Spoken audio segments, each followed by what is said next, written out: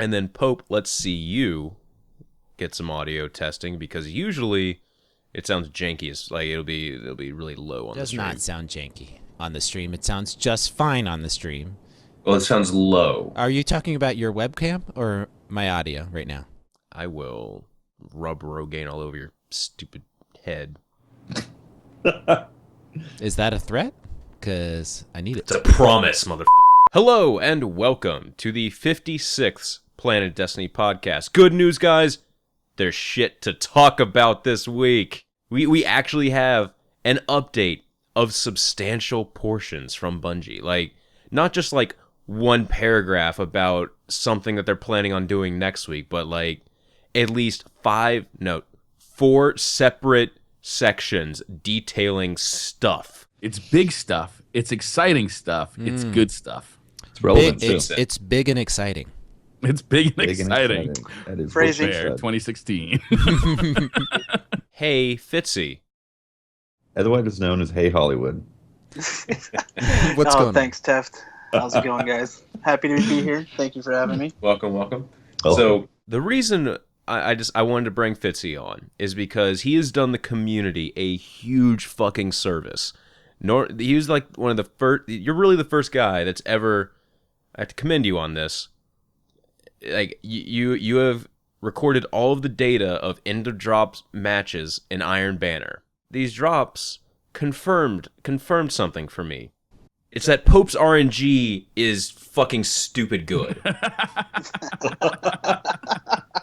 That's what this has confirmed to me. But seriously, you recorded this data over 300 games. You want to get into it a little bit, Fitzy? Can you tell us like what dropped in 300 games of Iron Banner? Like like how many chests, how many boots, like that kind of thing? Yeah, there's a chart that I had linked on my Reddit thread. In total of 300 games, I had 8 chests, 8 boots, 4 scout rifles, 6 of the fusion rifles, 8 ghost shells, and then non-Iron Banner drops. I had 8 legendary engrams for a total of 42 total drops, 30 Orby and Iron Banner drops. So 34 total Iron Banner drops in 300 games. Correct. So that's around 10%. 11.33. Yeah, 11.33%. That's how much of a chance you have to get an Iron Banner drop in the Iron Banner. And the data testing that I did, yes. That was my... People say it's RNG is RNG, but... No, I agree, because, I mean, Bungie on, I think it was the 1st of October, I think? Yeah, it was 1st of October, specifically stated that we intend for end-of-match rewards in Iron Banner to be the primary location of getting drops, or of getting the loot. And I'm going to have to say that 11.33% is not very good, especially when you gave us like the actual percents of each drop too in there. Can you give us those real quick? Yeah, how it worked out was the chest and the boots and the ghost shells had a 2.6% chance. Mm-hmm. The fusion rifle had a 2% chance, and the scout rifle, which was what I was chasing for, I'm sure everybody else was, had a 1.33% chance of dropping. That's pretty low. That's extremely low. Now, It's extremely low. the other thing that I was also chasing myself and some of my other friends was the PlayStation exclusive helmet. Through 300 games, I saw 3 total helmets drop. 3. None for me. But they were PlayStation exclusives that you saw drop? And I did physically see PlayStation exclusive helmets drop in 300 games. I saw 3. In 1,800 potential chances, you saw 3. Yes. That's pretty insane. much. Yes. It is officially Yeah. like the rarest thing in the game. Praetorian foil, eat your heart out. It's now the PlayStation helm. Now I understand why all these people are tweeting me throughout the week about my RNGs. Yeah. Because you- literally, I also noticed you don't have the ship in there, Fitzy. yeah. What about the ship? What's the likelihood of me getting the ship on the very first game I played? Oh my god. Not likely. In those 300 games, there was 2 instances that occurred. One I saw post game, one. That was it. The second that I had heard about was when one of my friends, DJ Plagia, got one from a rank 5 package. Also, people chase that 320 Ghost Shell. Only 3 of those dropped in total. Jeez. That I saw. I'm not sure how many games. It's going to depend on if you play earlier in the week or later in the week. But how many games on average do you guys think it takes you to rank up a character to level 5? I can tell you, I started at, it was about, I want to say probably 2:30 in the afternoon on Tuesday when it dropped. Mm-hmm. By 7 a.m. Wednesday morning, I was rank 5 on my hunt. Oh, fuck. That's dedication. I want to say at least 126 games or so. Okay, but that's Roughly. not. You're not getting that buff that gives you.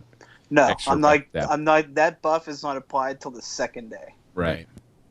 So I'm only getting like 61 rep for a win. So I'm finding that it's taking me 2 to 3 days of like my time schedule of playing for 2 to 3 hours a night to get it.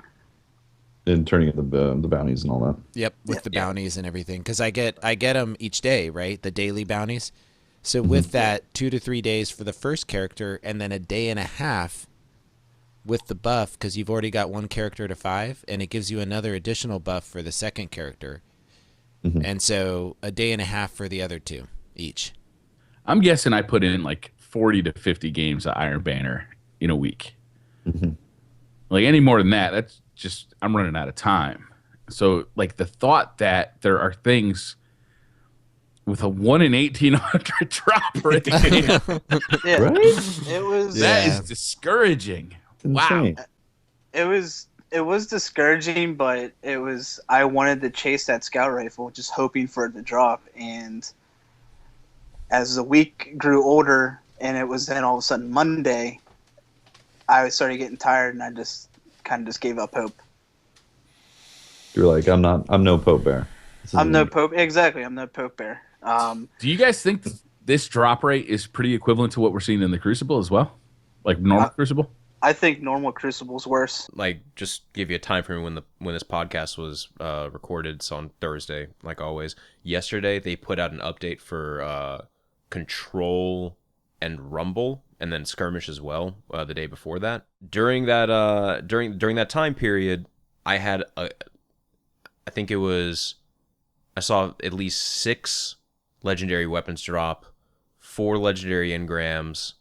Actually, no, it was like six legendary engrams as well. Like, basically during my play session yesterday, I saw more shit drop than like the entire expansion. It'll take more testing to see if that's actually true, but I yeah.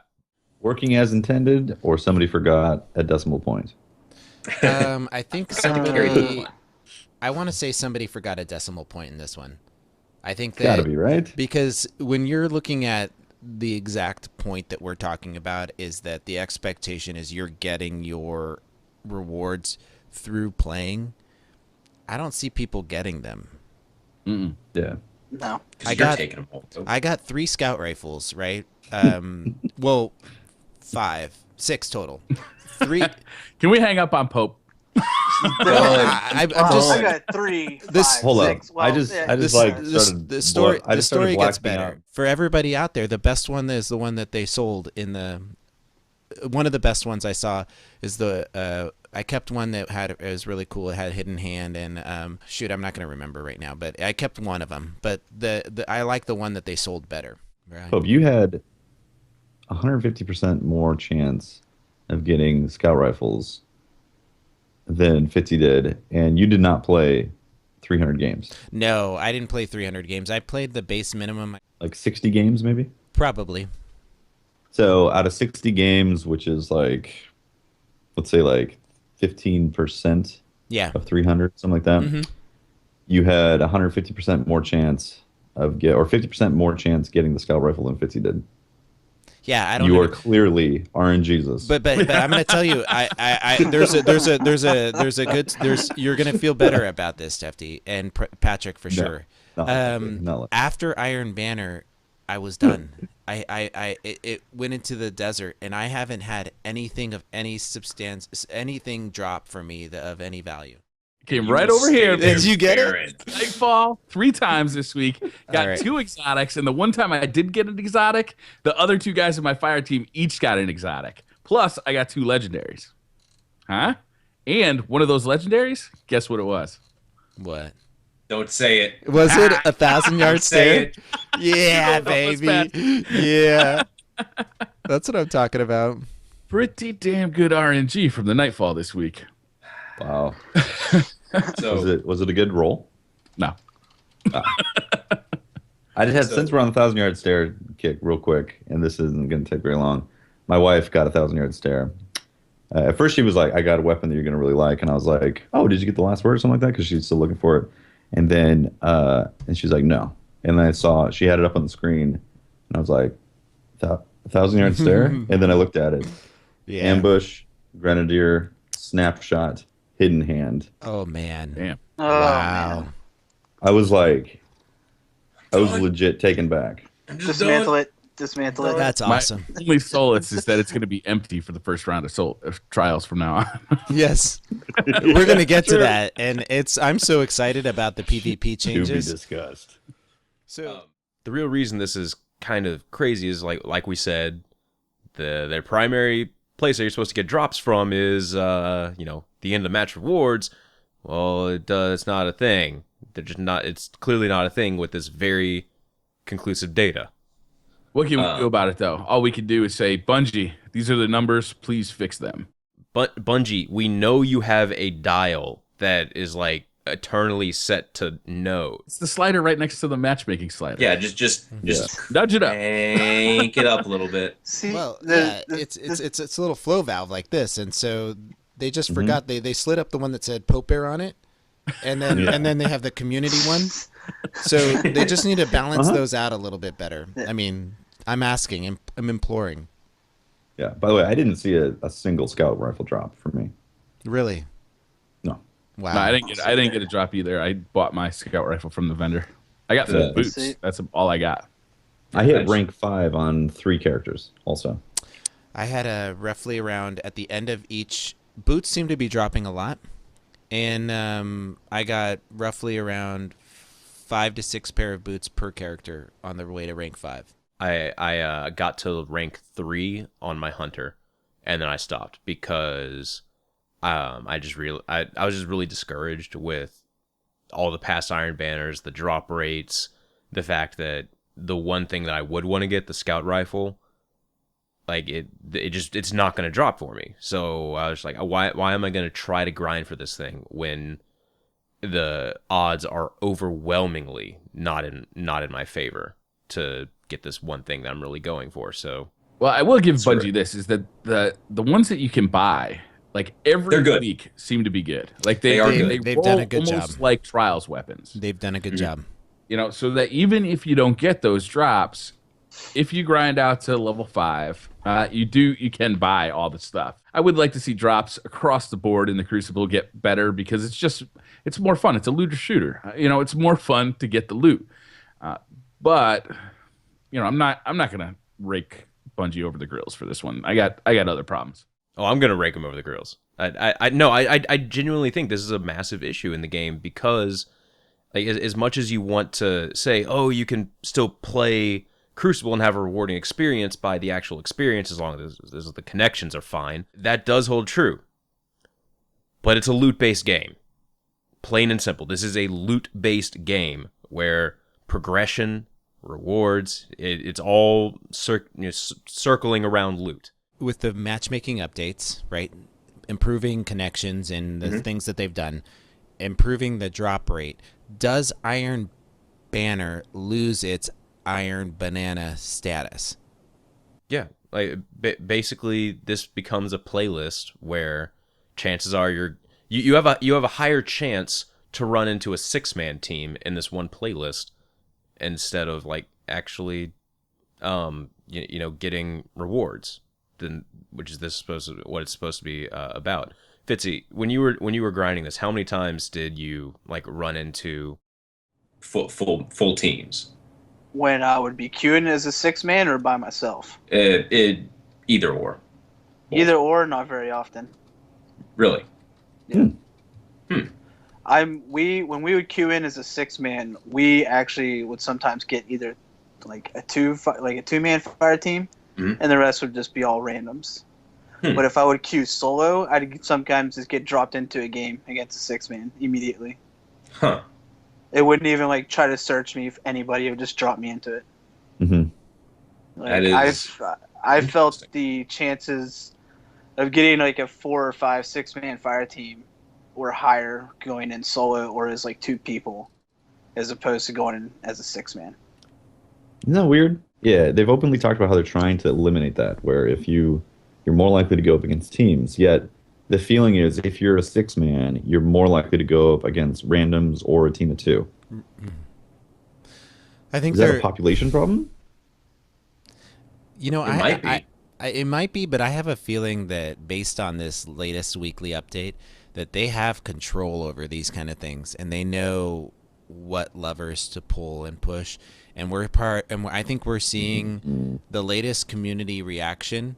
Somebody, maybe it's the new CEO, maybe it's the reaction that's happened, but we're getting the PvP team. I feel has always wanted these changes to be made, but I'm getting the sense that the PvP team is now getting the same access to those updates and quicker updates than maybe the PvE team, or it's becoming more of a priority for them. Yeah, we can't sit here and complain about skill-based matchmaking and how it's giving us lag, and then when they turn that down, complain that the matches aren't good enough. We can't This do is that. true. I mean, it's Right. one or the other here. Right. Yeah, absolutely. There's got to be a balance, though, to it. They've got to find a happy medium. And I think the faster that they turn those switches, dials, whatever, they have, like, I'm imagining some crazy space station console. I'm imagining a large mixing board Yeah. with a guy just Yeah. like eternally face palming, Yeah. shaking his head, going, "I don't know what to do anymore." reading Twitter and face palming constantly. Yeah. Like, I just want to be able to go into PvP and just enjoy myself. Triple's in chat saying that the matchmaking hasn't changed at all. Do you guys? I mean, I feel like Changed a little Uh, bit. I don't see it personally. I had an experience where I was feeling it and I was playing, and this is after the adjustments they had made. Then I went in to go play a skirmish, and it was like night and day. I could tell immediately. So I don't know. Because I played a lot of Iron Banner, and I played with teams that were spread around the world, and also teams that were in the States, and that has the most effect on it possibly. Mhm. You know, so if you have somebody who is, say, from Australia or Japan or something like that, you are going to queue with people around the world because that location spread, and there's no way around that right now for them. Like, they can't fix the fact that if you have somebody across the ocean, they're going to find like 2 or 3 more people across the ocean with that person, along with people in the United States or South America or something like that. Like, that's going to happen. And what they're saying is, in the update, like they openly said, they can't fix the internet. Yeah. There's no fix for that. You know, they don't have competitions in, like Call of Duty or something like that, where people are queuing against each other around the world for legitimate money. Like, it's just not possible. See, we played for about an hour and a half or so with a full fire team, and we were getting some okay matches, some shaky matches. Like, it was inconsistent, but the good matches were good, the bad matches were, oh god, bad. So I was thinking, okay, this is 2 people were from Australia. Yeah, because 2 people from Australia in our party. It's like, okay, we're not getting good results here. I'm just gonna, and then after you stopped streaming, went to go play zombies. I started solo queuing for it. I did that for about 2 hours. Same exact results. Me solo queuing, I was still getting people from all around the world. And it got to the point where I was seeing the exact same people. Like, I would leave queue, wait a couple minutes, rejoin queue to maybe get a new pool of people, and I was getting popped into like that game that they were still playing. I was like seeing the same people just over and over and over again. Some of them were from Brazil, Spain, Japan, India. Like, I was getting a huge spectrum of people just solo queuing. And then I was like, okay, let's go to fire team, and I was still getting the same results after that. So you want them to pull back on the skill based even more, make it more connection based. They got to make it playable, because I noticed that same thing. What happens if you're in there with the team and they do the apple of year one, breaking up the teams? Within 2 or 3 games, some of those same people will be back in the match. Mhm. It's not like it actually broke it up. It's like the system forgets, and that should not be happening on something that's supposedly connection based. If you report someone for bad connection, you should absolutely not get matched up against them again. What if they added a referee to the game who blew a whistle at the guys with the bad connection? Yes. Damn it! Oh man. Get into that in a second. Do I see someone else joining the call here? Yeah, Triple was in the chat and he's talking, and I'm like, get your ass in here. Throwing shade in I chat. didn't- Is that you what's sent going me the on? invite. I'm gonna take it. Yeah. What's going on, man? So you haven't seen any change in the matchmaking? Well, hold up. Wait, first off, Triple, do you still play Destiny? Sometimes I'll get on, I'll farm for the grass for good 9 hours, and 2 blues. And I don't have to deal C2 and with like skill-based 200 matchmaking kills. there. But here's the thing: either one of two things happened. Either they did change the matchmaking, but it was so small that you can't really notice any difference. Again, they're trying to make it so that there's some kind of balance with the skill based and the connection based, and that's great. I just don't think that you're really going to get that right now in a peer-to-peer game that has very iffy kind of net code or whatever you want to call it. And I think they really need to focus on making the connections the best that they can be, because who cares if everyone's on the same skill level? If the connections are shit, then you've already lost any chance for fair competition, because whichever team is laggier is going to affect the outcome. But they talked about that, though. They talked about some of the changes in this weekly update. I feel like is probably one of the best that they've done in a long time. And the only thing that would have made it better for me is if they had announced some content for PvE and given us a roadmap and understanding of what we're looking for. But as far as substance to an update, and I think that this one hit it. And I really am curious about, Fitzy, Triple, you guys play, Patrick, we all play a PvP, but not as much as you guys. What do you think about the special changes, the special ammo changes? I mean, is it really gonna change the game? I mean, Well, when I first saw that, the first thing that popped to my head is that I have 2 Effort spear with double down and field scout. okay. Is double down gonna work? I don't think so, right? It doesn't work in Well, Inferno. you're going to see people use an icebreaker and invective then you got- sidearms. Now you have So- regenable guns. But again, this is just the beginning of a match. Yeah. The special ammo is going to spawn up, and then the game's going to continue. It's just like that initial 30 seconds of a game. I think it's a very small change. It's not going to really.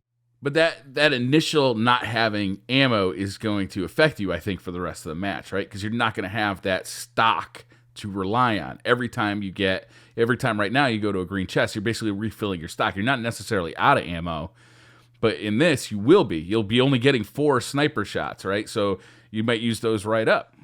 Those ammo like perks on all your armor and stuff, so you're picking up like as much as possible, 6. hold as much as possible. 6, I think, with 2 snipers. With 2 it's 6, and with none it's 4. See, the thing is, Generally, I- there's some weird ones out there that only give you 3. Right. I think it's a step Again, in the right direction, because I think the problem it's right gonna now punish is that snipers more. here's the thing. The problem right now is that there's no feeling of a beginning and an end to the matches in the way that they feel like there's an ebb and flow. This will give it at least some sort of bookmark right there, where the beginning match is more of a primary fight, or people are going full try hard and going no land beyond sidearm combo, then switching middle of the match, because I think that would be full try hard. and then towards the end of the match, you're going to have a different feel. So at least it's a step in the right direction to change the way the Crucible feels towards the Might see towards the more end of no the stuff. land and sidearms. No, I welcome this change with open arms. So I think the I only think it's great though if we see more of those combos. I think that's fine. It's just I think if you go in the Crucible, do no land beyond sidearm for the first 2 minutes and then switch, like I think they'll if that happens a lot or if Icebreaker comes back and it becomes a problem, then I think they'll address it. But it's obviously not going to fix everything, and I don't think it was intended to be like, hey, the special ammo no more in the beginning, now it fixes everything. No, that's not going to be the case. Real quick, I just want to interrupt to explain what we're talking about to anybody who didn't read the weekly update yet. Bungie did put out a weekly update. On February 9th, they're going to update the game to 2.1.1. And one of the changes they talk about in the weekly update is that in 3 versus 3 game modes, you're not going to spawn in with special ammo. I just wanted to put that out there for anybody who didn't know about it.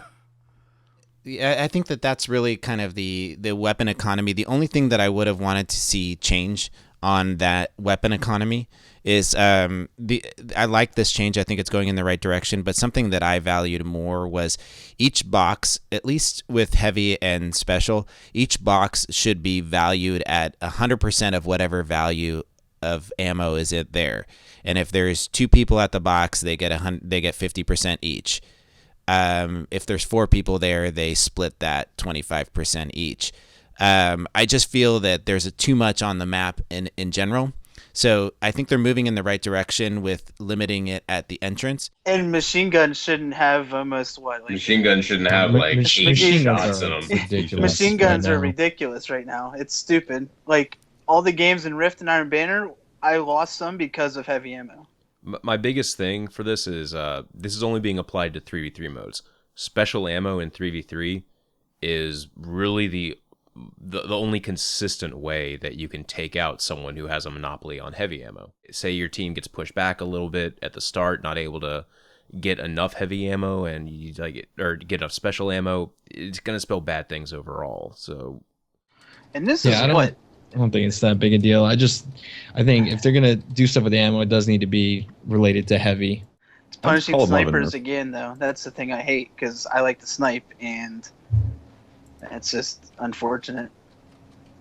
Yeah, but at the same time, Well, think about again, it's like you run around sniping the whole time. Like, should that be the case? Should you be able to run around shotgunning the whole time? I guess I'll just be like Holtzman and channel No Land Beyond side. There you go. There you go. It works. And if you, if you really want a shotgun, get that universal remote out of the bank. You're good. It actually gives a reason for those exotics to have more of a place. It's true. It's true. Yeah, that's a good point. Yeah, that's true. I would love Invective's going to be all over Right. the place. So you're gonna have to make some specific choices as to what your exotic pieces of armor are. I think we're moving towards with this change. We're moving towards a more competitive type PvP experience or balanced, in my opinion. Take them out of their spawn. I mean, put them in the middle of the map. Make teams fight after them. I don't think you should spawn in and be able to reload your special ammo and go out from there. I think you should have to go into the map, win a gunfight with your primary to secure a special ammo box. Just my opinion. I like that idea, Pope. Or you know what? It could be something like where the heavy is. The heavy just rotates out so it starts with special where the heavy is, and then it can switch to heavy when the heavy timer comes around, and then back and forth. Yeah. We'll just have to see. Again, this only affects like half the game. And Yeah. Only depending on how you have your guardian set up in terms of gear and the perks on your armor and your weapons and stuff, this may not affect you that much. So you might see just a lot more sidearms because sidearms are not affected at all. Mm-hmm. Nope. So Do you think they're going to change that in the future, like for opening matches?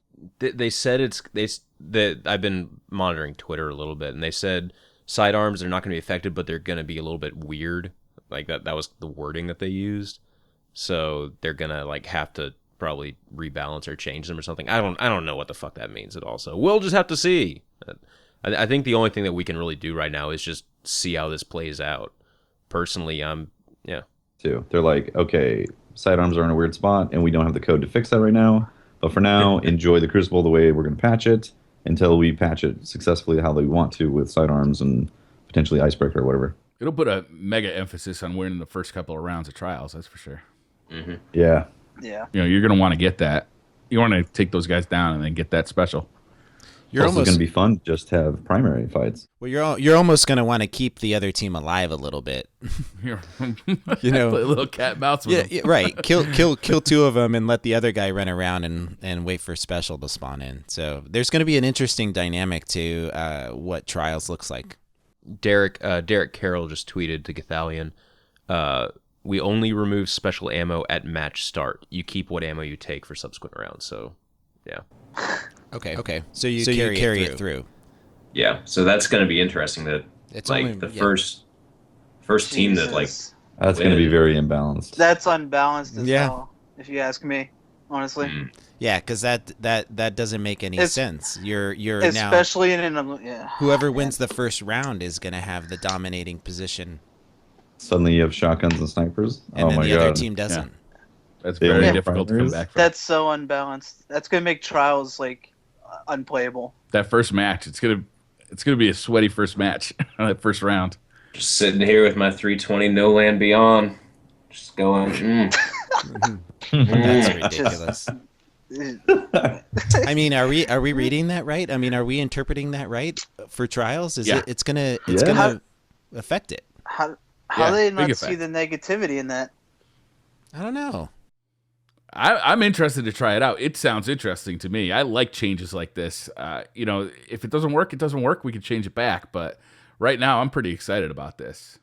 I don't like the implications of how it's going to be more about whoever wins that first round rather than being able to outplay throughout. Because I mean, look, let's face it, in trials, you're making plays off your shotgun and your sniper most of the time. Yep. And unless you have a whole team of Sunsingers, it's gonna be rough. This may just, it's hard to make conclusions right now because we haven't played. It may be that everybody knows that first round is crucial, so they're just going to be, really fighting it out to get that special. It may be that people just wait to get that special. We don't know. It might slow down that first round. It might make the rest of the match go super fast because only one team has special. We don't know. It'll be interesting. Well, the other change that's also coming to trials tomorrow is they're supposedly redoing the matchmaking connections in trials as well. So we're seeing we're not going to see the ammo change this one. We're seeing it next one. So we're seeing a matchmaking connection change for trials.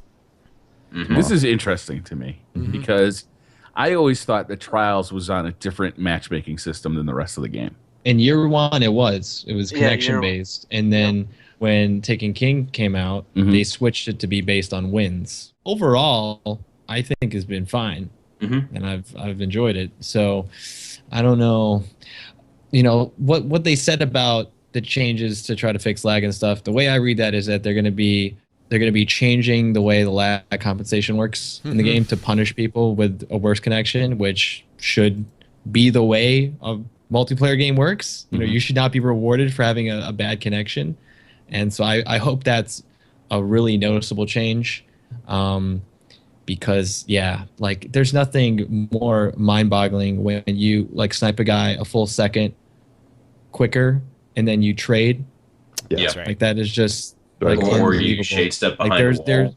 there's so die. much time currently in the game where the server is waiting, that there's that window where it's like, okay, so what are you going to do? And then you get all these trades constantly. Yeah. I've Drives me never crazy. had so many trades in a peer-to-peer game in my life. Oh yeah. Oh my god. This is just compared to what they did with all the Halos and all their matchmaking. This is by far the worst. Well, Halo was trade central too. I remember playing a lot of Halo 2, a lot of Halo 3, then moving on to COD. I'm like, oh, you never trade kills anymore. COD is different. And then coming back to Destiny, I'm like, oh yeah, in Halo you trade kills. You never trade kills in Call of Duty. It just doesn't happen the way it's coded. In Halo, though, if you were playing against good players, if they got the first shot on you with the battle rifle, you're going to be dead. you weren't going to kill them. In the Halo games, you could outplay people with your primary weapon. One of the interesting things about special ammo changing is we're going to see, a lot more res armor pieces coming into play here. Like, that's going to be very powerful and very difficult to deal with a lack of special. If you're in a position where your team is, getting into the end of a trials card, and you might just jump off and res yourself to have full ammo. Sunsingers are going to be dominating classes like this. If you can if you can pop your super and not have to worry about special, and now you've got special ammo, it becomes another factor as to why Sunsinger is going to be a dominant class. I don't think that will come into play too much, truthfully.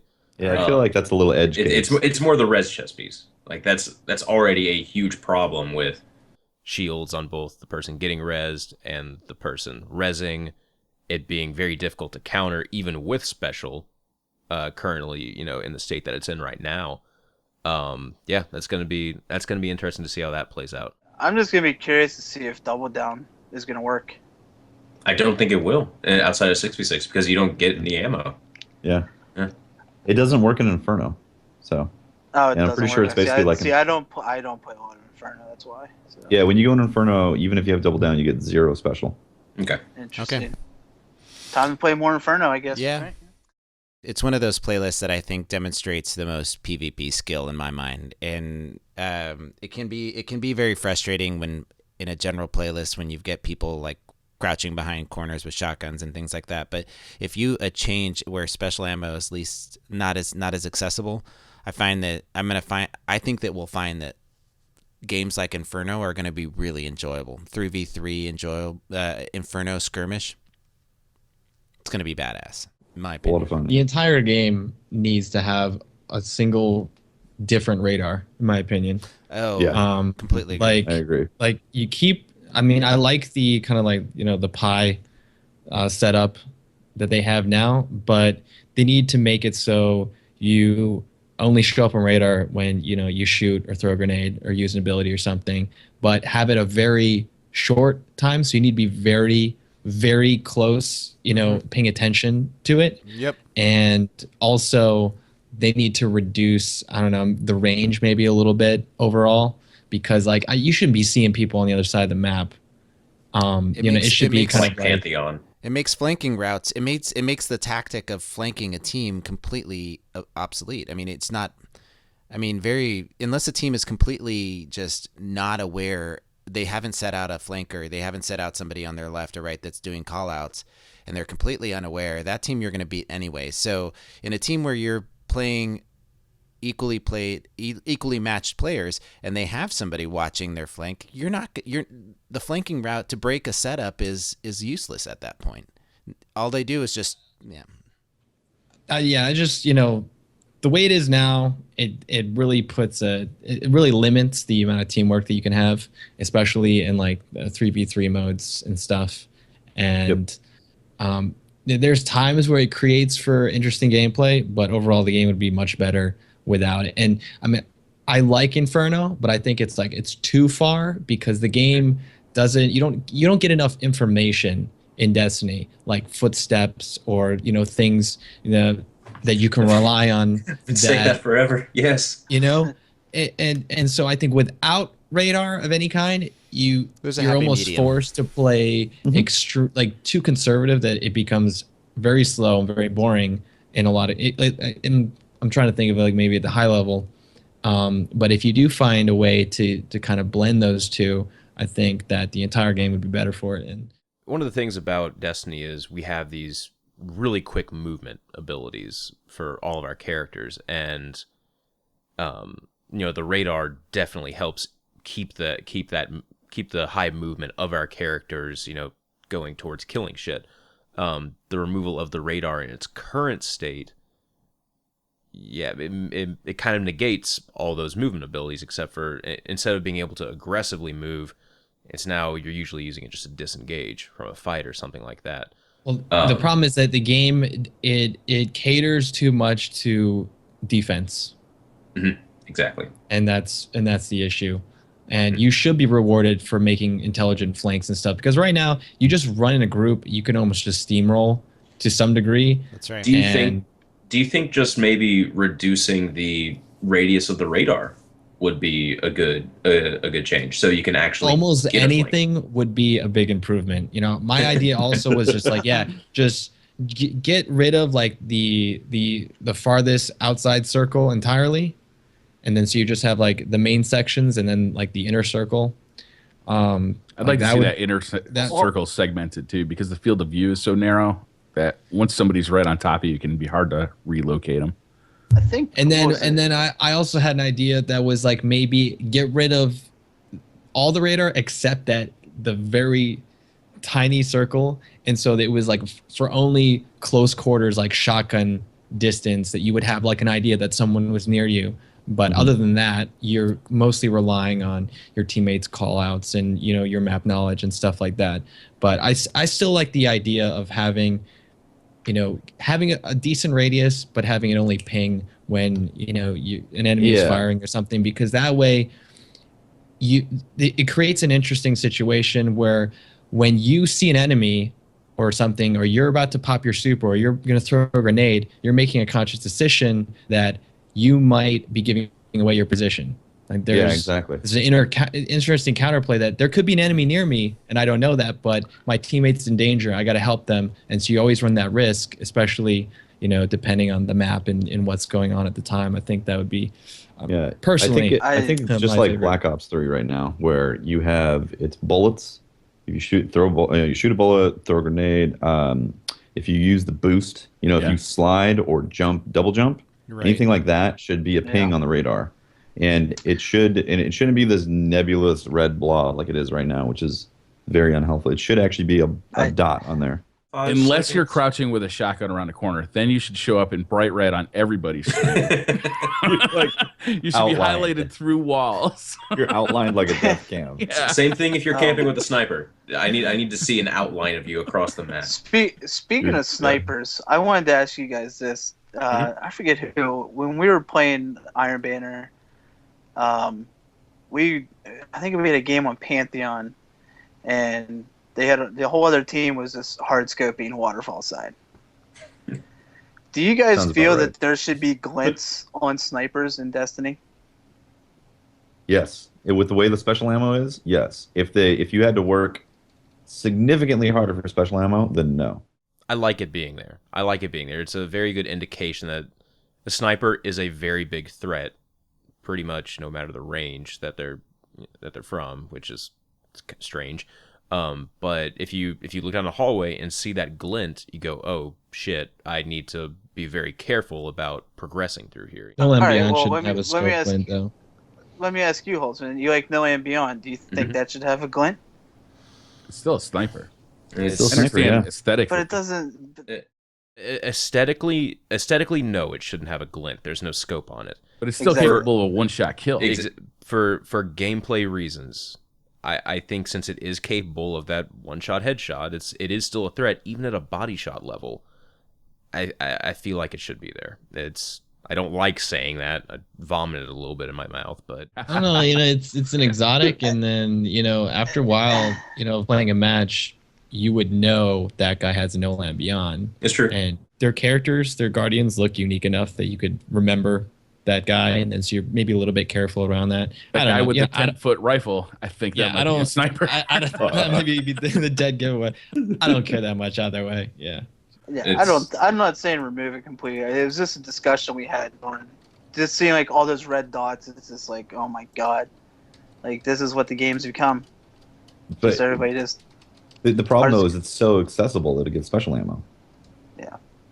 That's honestly the big problem right now. So if they made it so it was actually difficult to load ammo into your sniper rifle, then no, you should not have a glint to tell everybody that you have super awesome sniper ammo. But as is right now, it's like just hand it out like candy. You want to talk about the damage referee a little bit? Well, we don't really know much about this, but we got promises. We got promises. Basically, it looks like the lag compensation is going to be swinging more in the favor of people that actually have a stable connection. Thank God. As it should be. This isn't about like, oh, I pay lots of money to have fiber optic, or to have files. This is not like the better your internet, the better you are. It's about everyone having a minimum competent, broadband connection. And a lot of people don't. And the way lag compensation is in a lot of games, and Destiny more than any that I've ever played, you should not be having an advantage over, the lobby. And there are ways to negatively affect your internet connection to give yourself an advantage. And then you should be punished for that as well. Yeah. Mm-hmm. Old Gears of War, style gameplay. That was brutal. If you're host, you're God. Everyone else, good luck. With this update that's coming out on the 9th, hopefully we'll see those people with yellow and red bars. They're not going to be, tanking shots like crazy. Taking shots a bunch more. They're calling it specifically damage referee, which means that there might have a new system involved that's like in addition to lag compensation, like that's recalculating how they're going to handle trades. Now, what we don't know is how severe that's going to be. It might be like in Bungie terms where we think it's going to be like 25% of the levers moved, but in reality, they move it so much that a bee's dick barely feels it. So we don't know. We don't know how. I hope it's a big change because this game of all games needs it. And yeah, just going back to just talking about matchmaking and everything, like connection for Destiny 1 should be the #1 priority. Like if you're looking for competitive games, you have two choices. You go play another game, or you get involved in sweaties. Like that's it. Like the entire game, there's no benefit to this game. There's no ranked play that offers you incentive. It's just essentially it's all casual public matches. And to put skill-based matchmaking in there, I think does a lot more harm than good. Now, when we get to Destiny 2, and hopefully it has dedicated servers, then you can put skill-based matchmaking and have it work correctly. In maybe not all the playlists, but perhaps some of them, and you would have things that would restrict people based on their region, for example. You should never be playing people in another country. I don't care. I was dealing with that all this morning. Actually, I was playing people that were definitely on my skill level, but they were in Brazil. A lot of people tweeted at me today about saying, what if they're locked into an area that has awful internet? Australia is known for having bad internet in general. What do you think should happen? Like now, and again, this I thought was a straw man argument, though, because you're not gonna. If you're playing in Australia, you're gonna be playing other Australians. You should be that's like a matchmaking thing. It should queue you up against other Australians. But I think we need to look at it from both perspectives. So like we have we play the game a lot. We get matched up against sweaty people. We want to play people with good connections when we play the game. Other people, though, don't have enough time to play the game as much as we do, so on and so forth, and they're getting punished for their connection. Or they're feeling like they're going to get punished for their connection. Yeah, but right now I'm getting punished for your connection. How is that fair? So there has to be some sort of balance because you don't want people who can't. That's what lag comp is. Before the podcast started, I told you about the guy I play with regularly, who he was playing from a hotel room. He comes back and his KD went down. Like it was very telling. Where's the fine line between those people we never connect to versus we connect to them, they have an advantage, which is right now, versus we connect to them and we have an advantage. Like where's the fine line that's okay? So we don't alienate a large population that play the game, and yet we can still have fun and have crispy connections, essentially. I don't think that there's that many people that just have truly garbage internet. I really don't think that's the case. I think that it's mostly the matchmaking is just putting people up against opponents that are just too far away, because that's mostly what, I could be playing someone in Germany that has fiber optic internet, but we're still going to have a crazy laggy match just because of the distance. It's not about your speed. It's about, the distance at which you're connecting to someone. And now, we don't know that for 100% matchmaking sure, will put those people together anyway. So we're seeing people being matched because it's going through a series of steps, right? It starts off with, hey, I'm going to try to match you with people close to you and your skill. And if it takes time, it starts broadening the search criteria, right? To speed up the connection. Maybe a question that we could ask ourselves and give to Bungie is, how long is too long to wait? What is an unacceptable amount of time to wait? What they did with Halo is put in a filter that that we're given control over, that says, I want you to find me a match as soon as possible. I don't care who I'm up against. I want you to find people of similar skill. That's I right. want you to find the best connection In possible. reach, yeah. Yeah. They had like 4 So- options right there. Doesn't that give everyone what they want? It You know, does. I'm so glad he brought that up, because it bothers me that Halo Reach had it and Destiny doesn't, and Destiny is a bigger engine than Reach.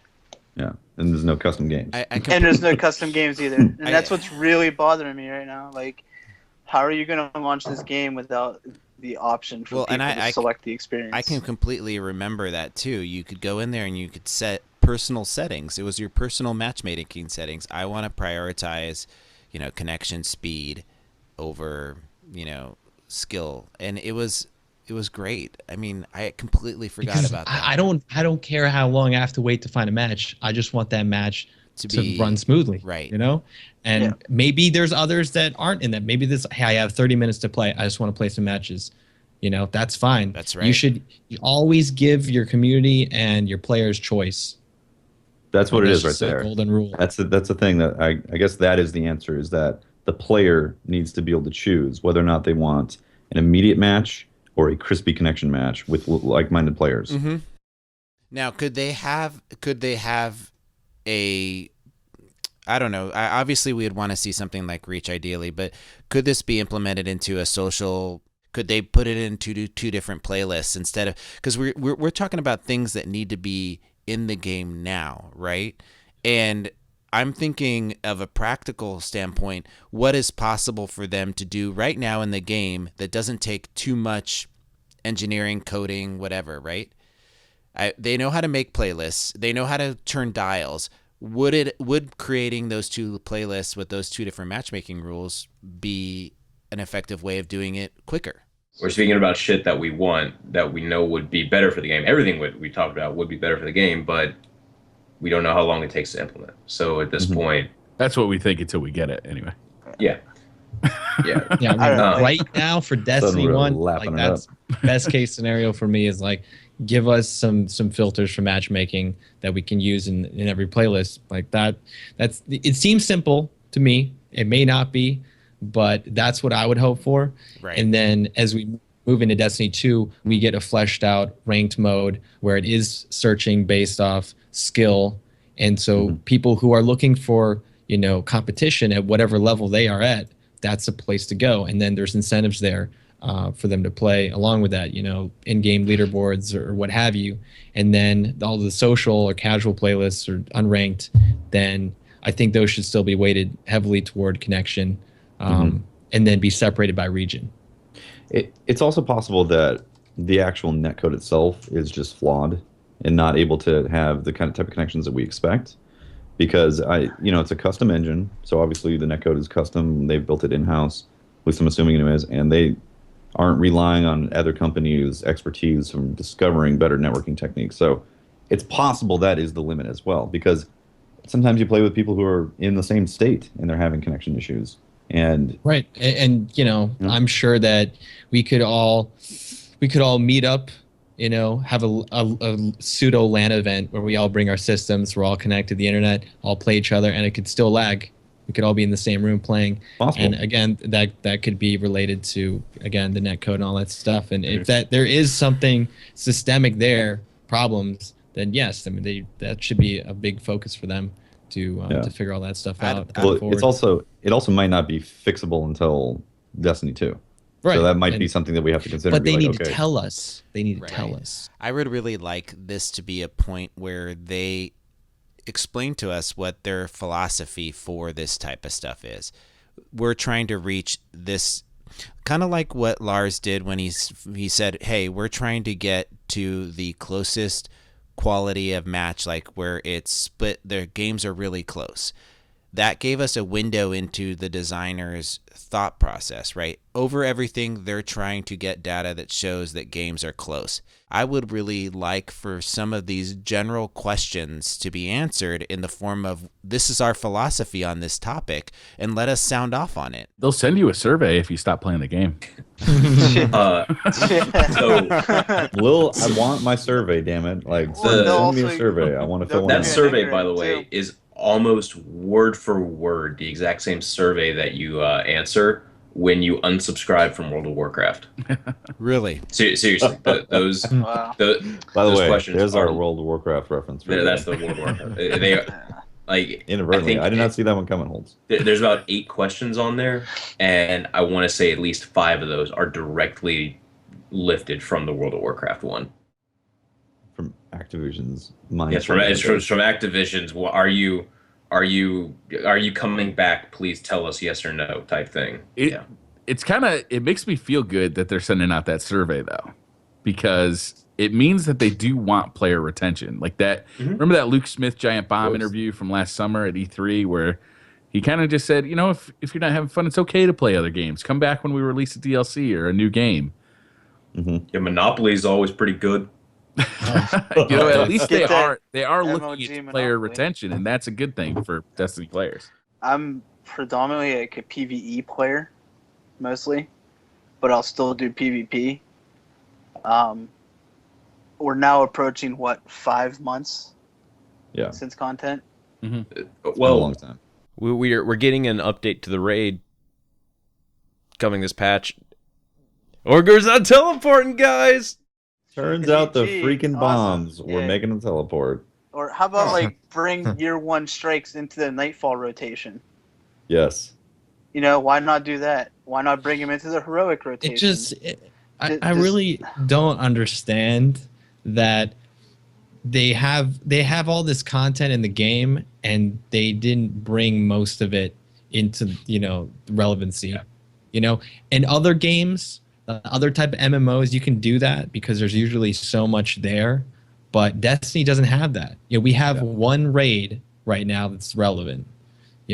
Only most of the strikes are not going to give you optimum gear for playing them. I know a lot of people have said it that they could add additional difficulties or whatever, but I just think that at this point especially, it's really I think actually what you've been doing, the Omnigul fucking Two Blues shit, is actually a good way of making that old content kind of relevant, kind of, just a little bit. Because I mean, think about it. We are running that old content to try to get this really fucking good pulse rifle for hours on end. The drop rates could definitely be increased. Hours. Hours. And hours. Wait, you can hours. you'll Pieces of your farm soul. with him, go to bed, wake up, and he's still going. I'm not saying the system is good. It can be improved, but it is a system. But no, what you're saying is that is indicative of that it works. That people will play for that. People being me, and I mean, I carried that torch for 3 hours after. I know you did. So it's just Two Blues will never die. You gotta see it. No, You Two gotta Blues see will it. never die. Did Two Blues will any, never any die. of the any of the Two Blues turn into 1,000-yard stare? No. What blue, You get a lot of engrams, and Right? you get a lot And of none of them are weapon a lot of engrams. spin metal and Actually- lots of armor materials. You get weapon parts, pretty much everything you need. Like even if The you're full not buffet. getting all the drops, I mean your time isn't wasted. I got, I think it was 12 legendary engrams during that 3-hour farm session, and none of them were weapons. 0. Yeah. That's I not the am problem. actually convinced that Good luck.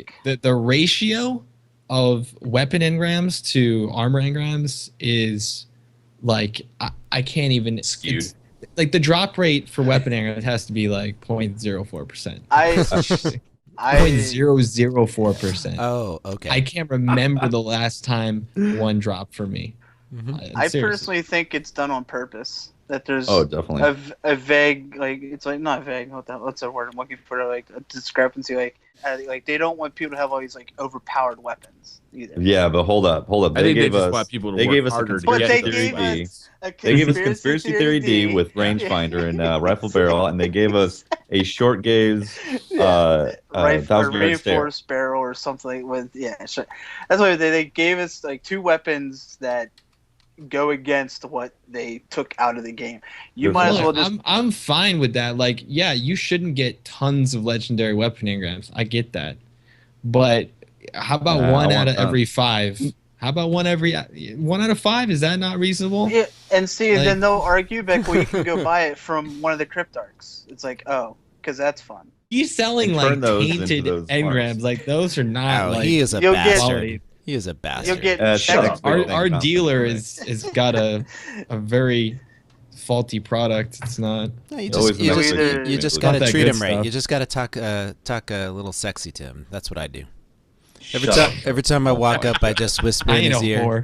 Hey, I'm a whore. If he's gonna drop that good, I'll drop down on my knees and. Yeah, what exactly do you whisper to him? I want to know, Pope. Lord, please. Pray, the praying emote. Come on, what were you thinking, Fitzy? You're disgusting, man.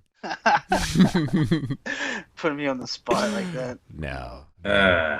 So there's going to be 2 new playlists. There's going to be a freelance 6v6 playlist and a freelance 3v3 playlist. Freelancers. Yeah. They're both mixed mode playlists that are accessible only by solo players. No fire teams allowed. So kind of like the new Rumble, you can only go in there as a solo player, and you'll get match made on a team of other solo players. And they will all be Italians. Every single one of them. Okay. What? I'm just saying. Like, do you want to explain yourself here? So it should have the greatest chance of actually finding solo players instead of a full team from around the fucking world. I'll get matched against like all the people that are solo queuing in Italy. I think this is going to be actually really popular, the freelance playlist, because a lot of people like to go in solo. A lot of people like to play a little bit, and it sucks getting beat up by a team of 6, or even a team with half the team's got 3 people and that are all in the same party, and then there's a twosome in the same party. That's going to beat up on you too. Having a level playing field where everybody's 6v6, nobody's talking. You know what this means? This means every YouTuber is going to get montage after. We're gonna see the most sick. Yeah, we're gonna see the most sick montages after this. Just wait, right, Triple? Am I speaking your language? If skill-based matchmaking isn't very strict in there, I think this is a great thing. I think a lot of people will enjoy this because it does remedy that complaint, which is a valid one. Like, hey, I don't have friends. Go on fucking LFG, or just people that want to chill, and I think this is good. I'm gonna play it. I'm sure a lot of other people will, and just go in there and have a good match and not worry about playing lots of teams and stuff. I wish the 6v6 was a permanent playlist, and I know that like they have to rotate stuff around because you can't have like a million playlists and the player pool can't support it. But I some part of me thinks that this is like specific enough of a format that it could be a permanent one. Yeah, I heard a little bit of frustration in your voice there, Triple, about the LFG. No. Okay, so sick of seeing people in your chat saying, I don't have anybody to run with. It's literally, it's about anything. It's about trials. It's about Iron Banner. And it's like, it takes so little effort. There are so many resources that have been created by this great community to make it easy for you to find people to play with and to make friends and to get a group to do activities and stuff. Should that stuff all be in the game, like officially by Bungie? Should you have to go, on, a website external? No, you shouldn't. But it doesn't matter because it's there and it works well, and people should utilize that. Yeah, and you can use it on anything. You can use it on a phone. You can use it on a tablet, computer. I mean, there's it's super easy to do. So many sites and communities. Reddit, LFG, even Bungie's forums and stuff, or lots of Twitch stream chats. Just like there's so much stuff there. Just put in that tiny bit of effort, and you can vastly improve the experience you'll have playing a game that is built upon a social experience. That's right. You have fun with a few guys that you meet on there. You send them friend requests. All of a sudden, you're playing all the time together, and you don't need the LFG anymore. I'm not guaranteing that your first experience is going to be the greatest ever. Become lifelong friends. It might take a little bit, but at least you try, and I guarantee you will find some people that you can run with regularly and have a good time. So, see, this is what I tell people all the time. It's not going to be immediate. It's not going to be like you just suddenly are bonded. You actually have to put effort into a relationship. And LFG means that you are looking for people to actually start to talk to and be in a relationship with, in a sense. Not in that kind of relationship, but you know what I mean. The like Crimson you're Doubles forming are coming up. Tefty, you trying to tell me something? Trying to ask a question? When they're making a Tinder app. Why don't you just do it, Tefty? Don't beat around the bush. Just ask him. Do it. You won't. But honestly, like you have to put effort into it, like a real relationship. So you respond to messages, you send a friend request, you actually talk to these people, and the more effort you put into it, the more rewarding it's going to be. Also, and obviously, just like Triple said, it's the first time you do it, it's not going to be perfect, and it's not like you're going to find people the first time around. But you do it several times, you will meet people that you like to hang out with, that will have skills that you could use in a raid or the Crucible. That's how I found my regular raid team. Yeah. When you look at what's available out there, there's also the clan-based system. And a lot of my best friends that I've met through this community have been by finding a clan through Bungie or creating one. I created my first clan, and it was awesome.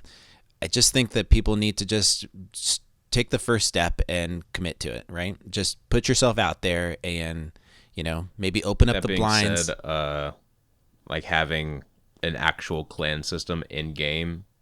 Totally, they need that, man. Oh God, they do. The Division has it. You want to know? And it works. Did you guys see that in the Division? No. There's like a matchmaking system in the Division, and it works wonderfully. And Destiny needs to just wholesale rip it off. Yeah. What I'd like to see, Triple Rec, you said number one, what Destiny needs right now is better connections, just in general. Number two, on mine, clan system in the game. You want to build an actual community for your game inside of the game instead of in all these, hundreds of sources outside of the game. Clan system in game, which needs to be one of the top priorities. Why has the game been out well over a year now?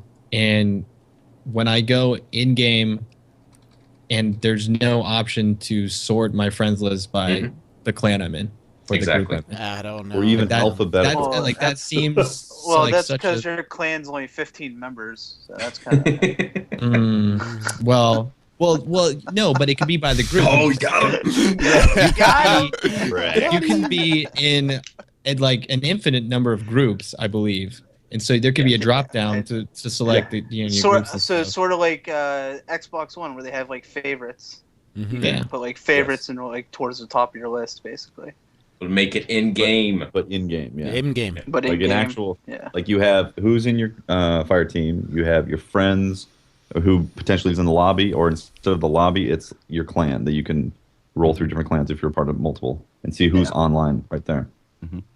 Yeah, that'd be great. It's so obvious. I know. If I was in charge. If we were in charge. Yeah, so and also alphabetical sorting. None of this shit would happen. I honestly do not know why they don't sort names by alphabetical. Like, yeah, that'd be nice. Come on. What, dude? You guys want to know the real reason why I don't change my emblem on my hunter? And so everyone can just look through and go, "Oh, there's Holtzman." It's true. Actually, it's true. That's why I leave my emblem how it is, because it's rare. It's because nobody has it. Well, I mean, I got people robbed. That have it. It's just really. I got the veggie for the way. Wow, salty. So there's one more thing I wanted to talk about before we get to Twitter questions this week, and we just talked about when we were talking about the matchmaking thing, the Division. This is a Destiny podcast, but the Division it's supposed to be like kind of direct competition. Who all here actually played the Division? Triple Rec, I know you were at PAX, so because I was streaming at the Astro booth and they had it there on the system, so I played a good. I played all whatever, a few missions, and then I played some Dark Zone. I really enjoyed it. Jackson Fools. So did I. Having a character in front of me, it seemed really odd. Like it was an adjustment for me. Yeah, it's just something that you get used to. And of the many third-person shooters I've played, I'd say The Division isn't like the most fluid, but it works. Like the cover system is very good, and it's just at first it might feel like really kind of clunky and stuff, but after you get used to it, it's fine. It took about a day or two of kind of intense playing, but yeah. Games like Destiny and Division and stuff, I think that they do. The more you see your character, the better, because you do get to kind of show off, and you get to see how your character is progressing and what makes them unique and such. And in Destiny, you're third person in all social spaces and stuff, and they do enough there, because if you could never see your character, I think in Destiny, that other than like your inventory screen, I think that would be a big Budgie.net. yeah, that would be really a big mistake. But every super shows your character. yeah, I think so. Yeah, which is amazing. It's good itself too. The biggest thing to take away from the beta, though, is that Destiny and Division are very similar in that they're both like RPGs and shooters, but Destiny is a shooter with RPG elements, and the Division was an RPG with shooter elements. And they're two completely fundamentally different games, Very because There are similarities, though. I think especially for PvE players. Like, definitely. Running through the PvE experience with friends felt very similar as going through a strike or raids with friends in Destiny. I think there's a lot that Destiny can learn from the Division as well, like having a cosmetic gear system that is separated from what your player looks like. Being able to put on a trendy beanie cap like Holtzman has. Can I just Dude, go back to something that has always upset me about that? One of the earliest things, I don't know, maybe it was a press conference or a video, but Bungie specifically had said that your Guardian, people will be able to tell by looking at your Guardian of all your accomplishments, and your unique character will show people, hey, look, I accomplished this activity. I have, I've done something great. I've achieved something. But though, the Taken King's light system and stuff has remedied that a little bit, it's still a lot of characters looking very similar to each other. And it especially upsets me that I've kept all these awesome class items from year one, and I can't use them because they bring me down. And it's it's just little things like that. It's like, I want to make my guy or gal look unique. I know I might get a lot of flack for this, but like I firmly believe that 3 of Coins was a mistake, and even buying exotics from Xur removes a lot of the mystique and like that special feeling you get when you do get something. Now That's the it took me. mistake. There were a few weapons that were like the last exotics for me to get in Destiny, Hawkmoon and Monte Carlo, and it took me forever to get them. But when I did, it was excited. I was losing my shit. I was screaming. Yeah. I felt great, and it was a great Moment, But you lose that when it's like, oh, look, I can just buy this one this week. I don't have it. Oh well, just add that to the collection. As much as we all liked seeing Galahorn being sold, I mean, there are people that made entire channels showing reactions to people getting Galahorn. So, like, it's a big thing. Yeah. So it would have been awesome if Xur would have been the vendor of, I don't know the vendor, but he would have come with rolled legendary guns from that we see in the tower. So it could be anything in the game could be shown up as a legendary roll, and it would bring the excitement of Xur in, and you would find like a legendary gun that is a great roll. And I don't know, they missed an opportunity. I completely agree. There's still ways that Xur can be unique and be worth your time without selling stuff. They can even write it into the story and make everybody happy. Here's why Xur doesn't have exotics anymore. We wrote it into the story, and now we have a little bit of background about the 9 too. That'd be fun. Yeah. And then here comes Kerr instead of Zur. And he only kills legendaries. Kurt. Zur got fired. Apparently, he wasn't supposed to be He got selling sucked all into a this black stuff. Sure. And Or Zool? Is it Zool? Zool, Sure. I am the Zur, gatekeeper. yeah. Another thing I'd really like to see Destiny learn from the Division is the Darkness Zone, or Dark Zone, sorry.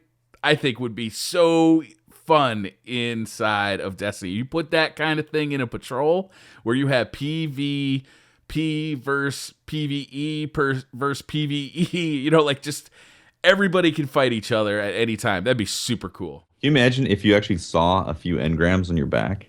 You were like, I'm taking those engrams from you. I'm taking those engrams. Hey, no, I'm thinking. This community doesn't need any more salt. Please, no. No, Well- that'll just no. Oh, I think that's No, something but you that could would work. choose whether or not you go into it. You know, like you Well, would actually in be order like, to do Right. that, you'd have to drop last gen. So You know, people have been asking for faction wars in like Patrol, where you have like a big open area for like this would be so much fun inside of Destiny.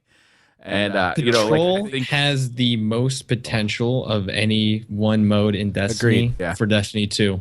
absolutely To be Yep. things where you could have, assuming that you'll have, dozens and dozens of actual players in any one area, to have, random boss encounters that require tons of guardians to team up and fight and get, like a raid level boss. I really miss, and I know why they don't have like kind of lobby chat in any part of Destiny really.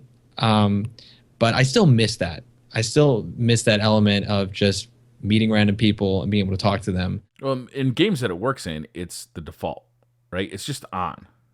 And it works. It worked in the Division wonderfully. All of a sudden you're in the Dark Zone and you're talking to people, like, hey man, don't Yeah, take why my not? shit. yeah, it's proximity chat. So you can hear a conversation going on, Right. and then run up and like you could even role play, be like, "Yo, it's the police." Yeah. Get on or your you knees, can hear you them know? planning on ganking you. Yeah, You can literally hear people planning like, let's take this guy out. I think Incredible. think that something like that in PvE is it would revolutionize this game. it would have to be optional for it to work. in It Destiny. would, You're yeah. going into Yeah. a patrol zone that has that element enabled, and it also needs to be much larger matchmaking. Because when is the last time you were in a patrol zone and you saw 9 people? yeah, see, I The always last gen just really crippled Patrol in general. And Yeah. if what they told us is true, that assuming Destiny 2 is a current gen only game, that they could have, Briar. who knows, like was 64 Guardians in one Yes. area? Like that would be. I feel like that's possible. Be incredible. I'd love to see like a big team battle PvP mode Mhm. because let's face it, those giant maps like First Light, Skywatch, and all this, they're not terrible maps, Cathedral of but Dusk. when you're playing them oh with god, please. with essentially just like 50% less players than should be there, it really becomes a shitty experience. But if you add Right. like 6 more people, and it would completely change, and maybe add some more vehicle stuff, I would love playing that. We Sky played Shock First Light is last so night on stream, Ugh. and it queued up What- and it's regular control, and I was like, all right, we're gonna run out the time because it's what's gonna happen. Yep. And it was 50% of or we got to 50% of the score, and like there was I think 5 minutes left. Oh my So god. it's so poorly designed for it's- 6v6. You remember farming for keys and patrol? Like Yes. Uh-huh. it was Oh my such a God. like a kind of a ridiculous thing that we were all doing, but you felt like you were part of something. Yeah. You were Yep. just there with random people all doing the same thing, and yeah, it was like imbalanced in the way you were farming those keys and stuff, but like it was just something. It gave you a little It- glimpse of like that random kind of social experience that And you could have. proximity chat would have made it even better. Oh, it it would was be great. and see, like, And let's it face was- it, if you don't like proximity chat, you could just turn it off. Yeah, Sure. I'd rather have it. That's all. opt That's out all it than is. an opt It's not in. like I'm It's an being opt-out. forced to interact. I'm being bullied, and there's nothing I can do. It's come on. Every game allows you to turn that off, and Well, that's fine. Yeah. it Whenever I was- play people Call of were Duty, I having turn fun. off all the audio. Yeah. Then you don't have to worry about it ever again. And if you decide that you want to, test the waters, you can. So, Briar, Yeah. how many questions we got today? Oh, I don't know the number. I just know the page count. Yeah, what exactly are your bunnies doing in the background? I don't know what you're talking about, Pope. Is it What's your crimson question, doubles Teffy? for your bunnies back there? I just, but you mind moving your head just a little bit to the side, just so I could see what's going on back there? There's some. Look, I'm serious. I'm sitting here trying to listen, and Briar's bunnies back there are having a little bit of interactions of their own. You're gonna Real quick, actually, this isn't a question, but something that I think would be that I'd really like to see in Destiny 2, if it's possible, once they drop last gen, assuming that they do drop last gen. So what they do with the Division is no loading screens, or if there was a loading screen, it was so fast because it was just a room that they had to generate to jump into It's there. that slow Like- walk, like all of a sudden you can't. There were you loading walk screens. fast. That's the loading screen. There were Well, loading Well, I think when you There was a died, couple there was small a loading screens. and then your initial Yeah. loaded. Yeah, to but the- like- It was so the deaths thing and about loads, Patrol like, right to now- areas away from you. yeah. Yeah, the thing about Patrol that was exciting about the keys is that there was something that we were trying to achieve or unlock. And if we could do something in that you go to the tower, you get your quests, and then somehow the transition to these spaces feels less like it How does right about now. you could just go directly to and from certain locations, like go from the tower to Cosmodrome, and vice versa, instead of just having, all right, now I got to go orbit, and now I got to, select my So yeah, destination. you're being teleported somehow. Like you get Yeah. teleported to your ship, so on and so forth, the transmat, whatever it's called. If they actually showed that happening, and I know that might sound silly to add that part of the experience, but it is part of the experience. That's what the Division was like. Like you go to these different areas, that's part of the experience.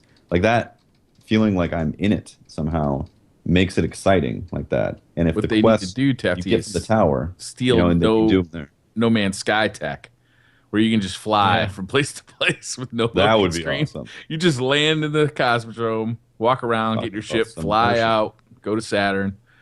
No loading screen anywhere. It'd be great because the loading screen is you like flying down to it or whatever. Like you said, like in Division when you're walking through, and there's information that they're showing you as you're walking into it, so it's useful still. So I would like to see that in Destiny 2. Take away from Division. So, Twitter questions? Twitter. Twitter. All right. Here we go. Gavin Risbridger at Gavris. Do you Good think job on that Bungie will release more exotics in the update next week? 6 hours of update. Something good better be coming. No, no, hell no. It's a limited Listen to time you event. guys. It's a limited time event that's like associated with Valentine's Day. If there's an When exotic Bungie for gives that, us those final exotics, they're gonna make it sound like it's the second coming of Jesus himself. I think it's possible They're that they gonna make a actually big deal out of slipped it. some exotics into there. Like I said, I wouldn't be surprised if it was slipped in like they're trying to roofie us with exotics, and then later on we're like, oh my god, it's Thorn 2.0. It always comes down to the roofies with you, man. And apparently your bunnies as well. So Holtzgram at Holtzgram. Can Bungie ever gain players' trust back after so many lies, errors, and bugs? If they work really hard to, be transparent, be honest, and hopefully make meaningful changes that improve the game for everyone, then yeah, of course. It's not like I there are people out there that are like, oh, Bungie, you did me wrong once, and now I'm done with you forever. But it's kind of their loss, Till and the I next think DLC. that Yeah, right. I mean, most of those people are coming back at some point, and if they don't, again, it's whatever. Like that's fine. But Bungie really wants Destiny to succeed as a franchise, and they internally they are as critical, if not more so, than we are. They're just not communicating that to us necessarily, and that's completely understandable. Like they don't have to be explicit in the changes and when it's happening, but give us an idea and just show that you care. That's really all it is. I mean, Like that goes a long way. They do care. It's just how they're showing stuff And, now. and we know that. See, we know Yeah, they care. but But we the know that- average person, Exactly. the average Destiny player Yeah. who maybe doesn't go on Reddit every day or listen to this podcast or whatever, Bungie needs to go out and make it clear to them and then everyone else.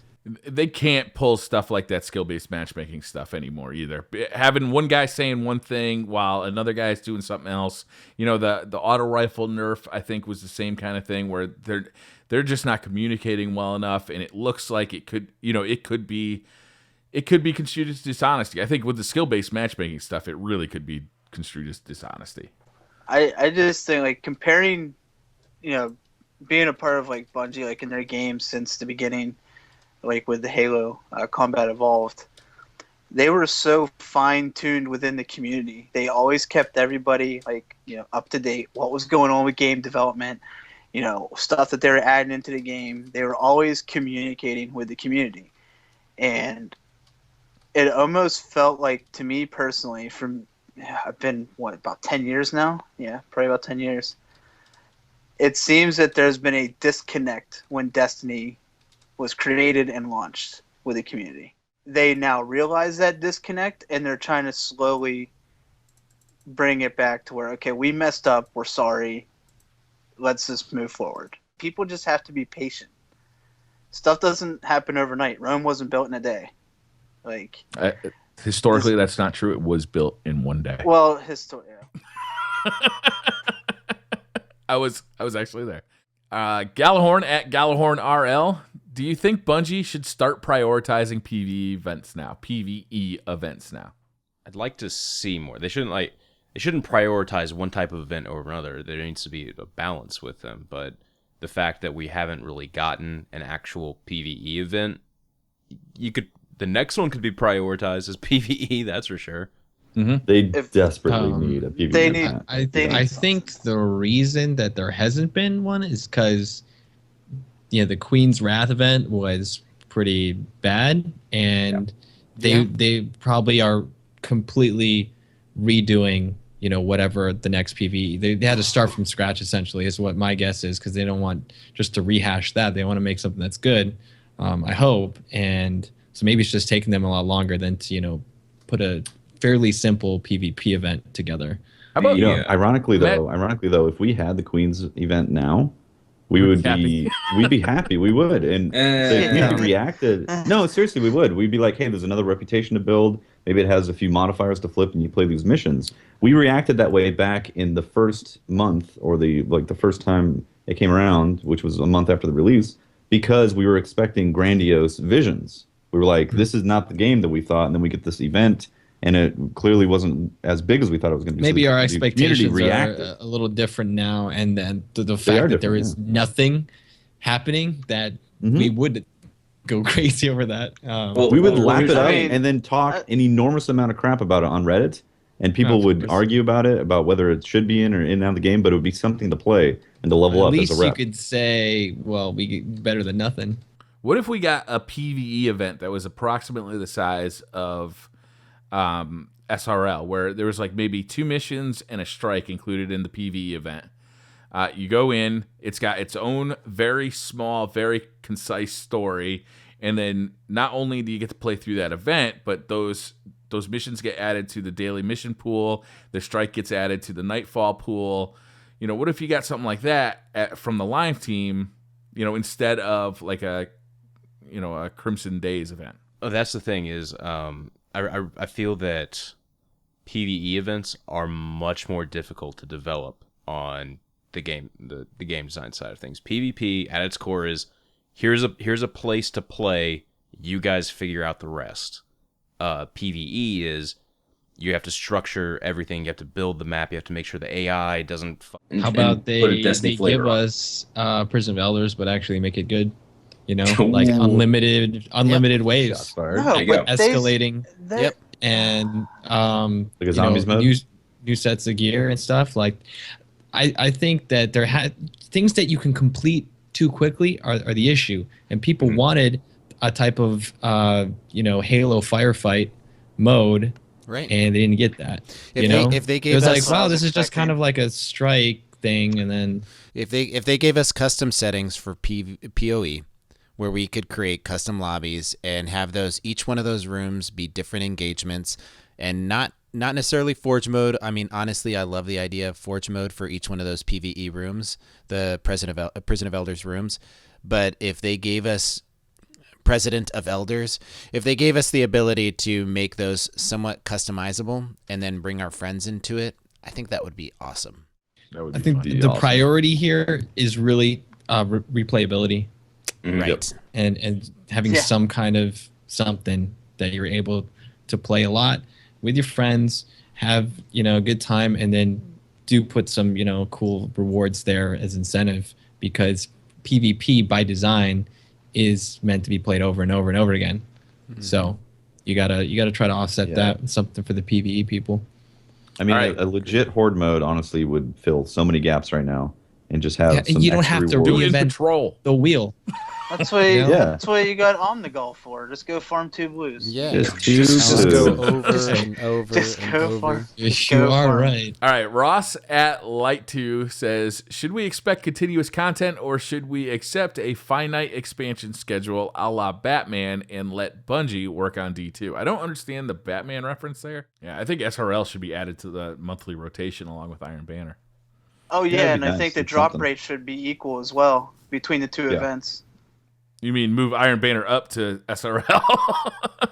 Iron Banner drop Actually, rates need to be SRL level. I think it was PvP absurd drop rates that, in general need to be. that SRL was a 3-week event and it dropped 320s, or 315, whatever. It dropped them like candy. Yeah. And then you have an Iron Banner event that's considered PvP and game content, and you get like hardly any drops for 1 week. Yeah. It needs for, to. for I think working your Iron- ass off during that 1 week too.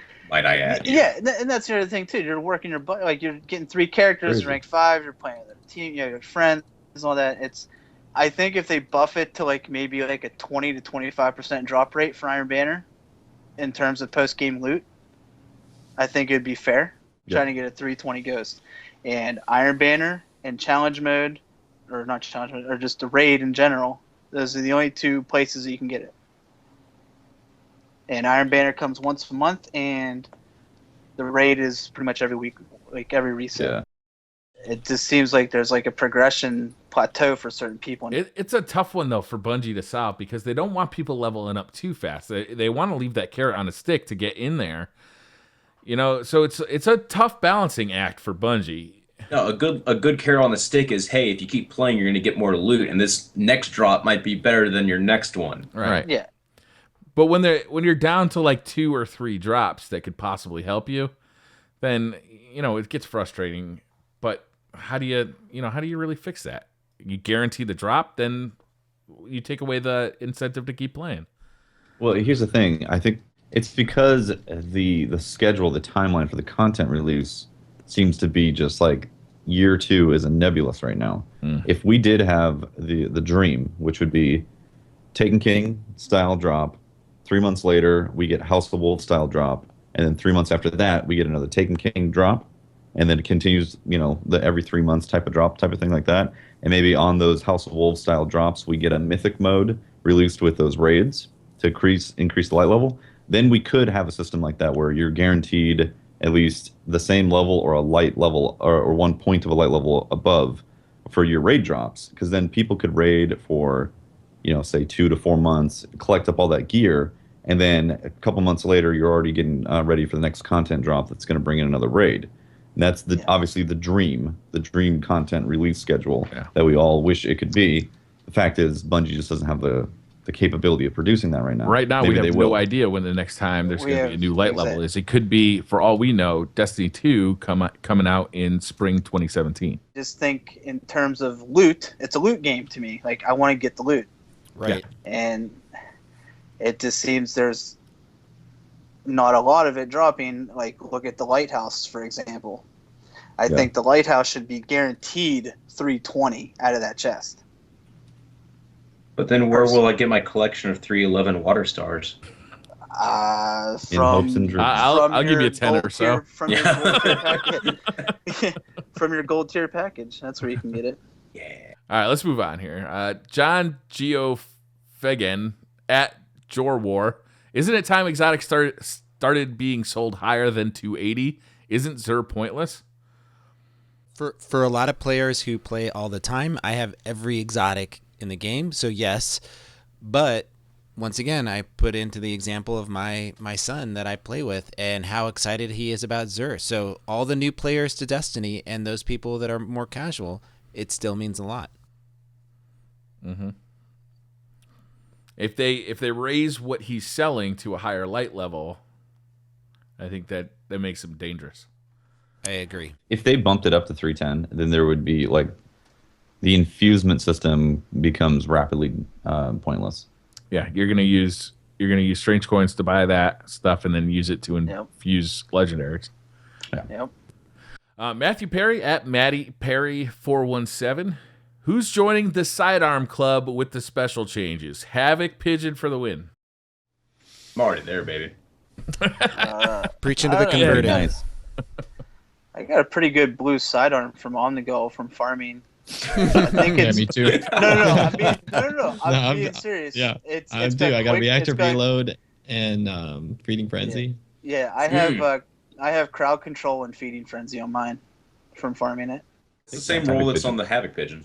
I don't know which one I like more. I like Havoc Pigeon because the higher damage. I mean, let's face If it. you don't You can miss, max out I the feel like range you on drop sidearms easily. So Yeah. having that higher damage means that range is going to extend out just a little bit further. Yeah. Sidearms that- don't that's get why I enough like it. love, and I look forward to maybe seeing more of them out They're there. about to get a lot of love. Mhm. So much love. Know what I'm saying? Taylor Nixon at TNix26. How will special ammo changes impact the start of Trials matches? I think we talked about this a little. You the Penguin at Deadly Enchilada. Do you think the February update should bring new exotics or a tower vendor refresh? Tower vendor thoughts? refresh. Tower- Yes. Tower vendor That'd be refresh. awesome. Yes to everything. Please. Sure. I have been begging for this since the Tower vanilla vendor days. refresh should be like a weekly thing, honestly. Yes. 2 weeks. Give it I've 2 been weeks. 2 weeks? All right, 2 weeks. Another thing I 2 should weeks. learn from the Regular. division, there's rotating stock on the vendors. It should be the perks should change every 2 weeks. The Right.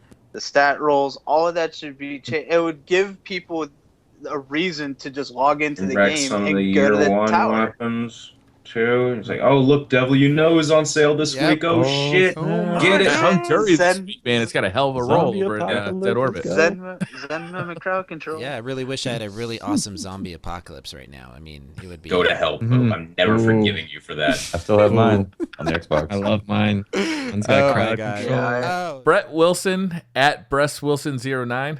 If you could create an emote, what would it be? Mine would be the Macarena. That was his answer, not mine. I would do the hip thrust, just like a massive bam. that type of thing. I like it. I like it. Yep, just like Maybe a little slap it's on got the a ass to massive, go along with it. that'd be great. You know what I would like to see? Because I played the Uncharted 4 beta and they've added this to their game, is the addition of props.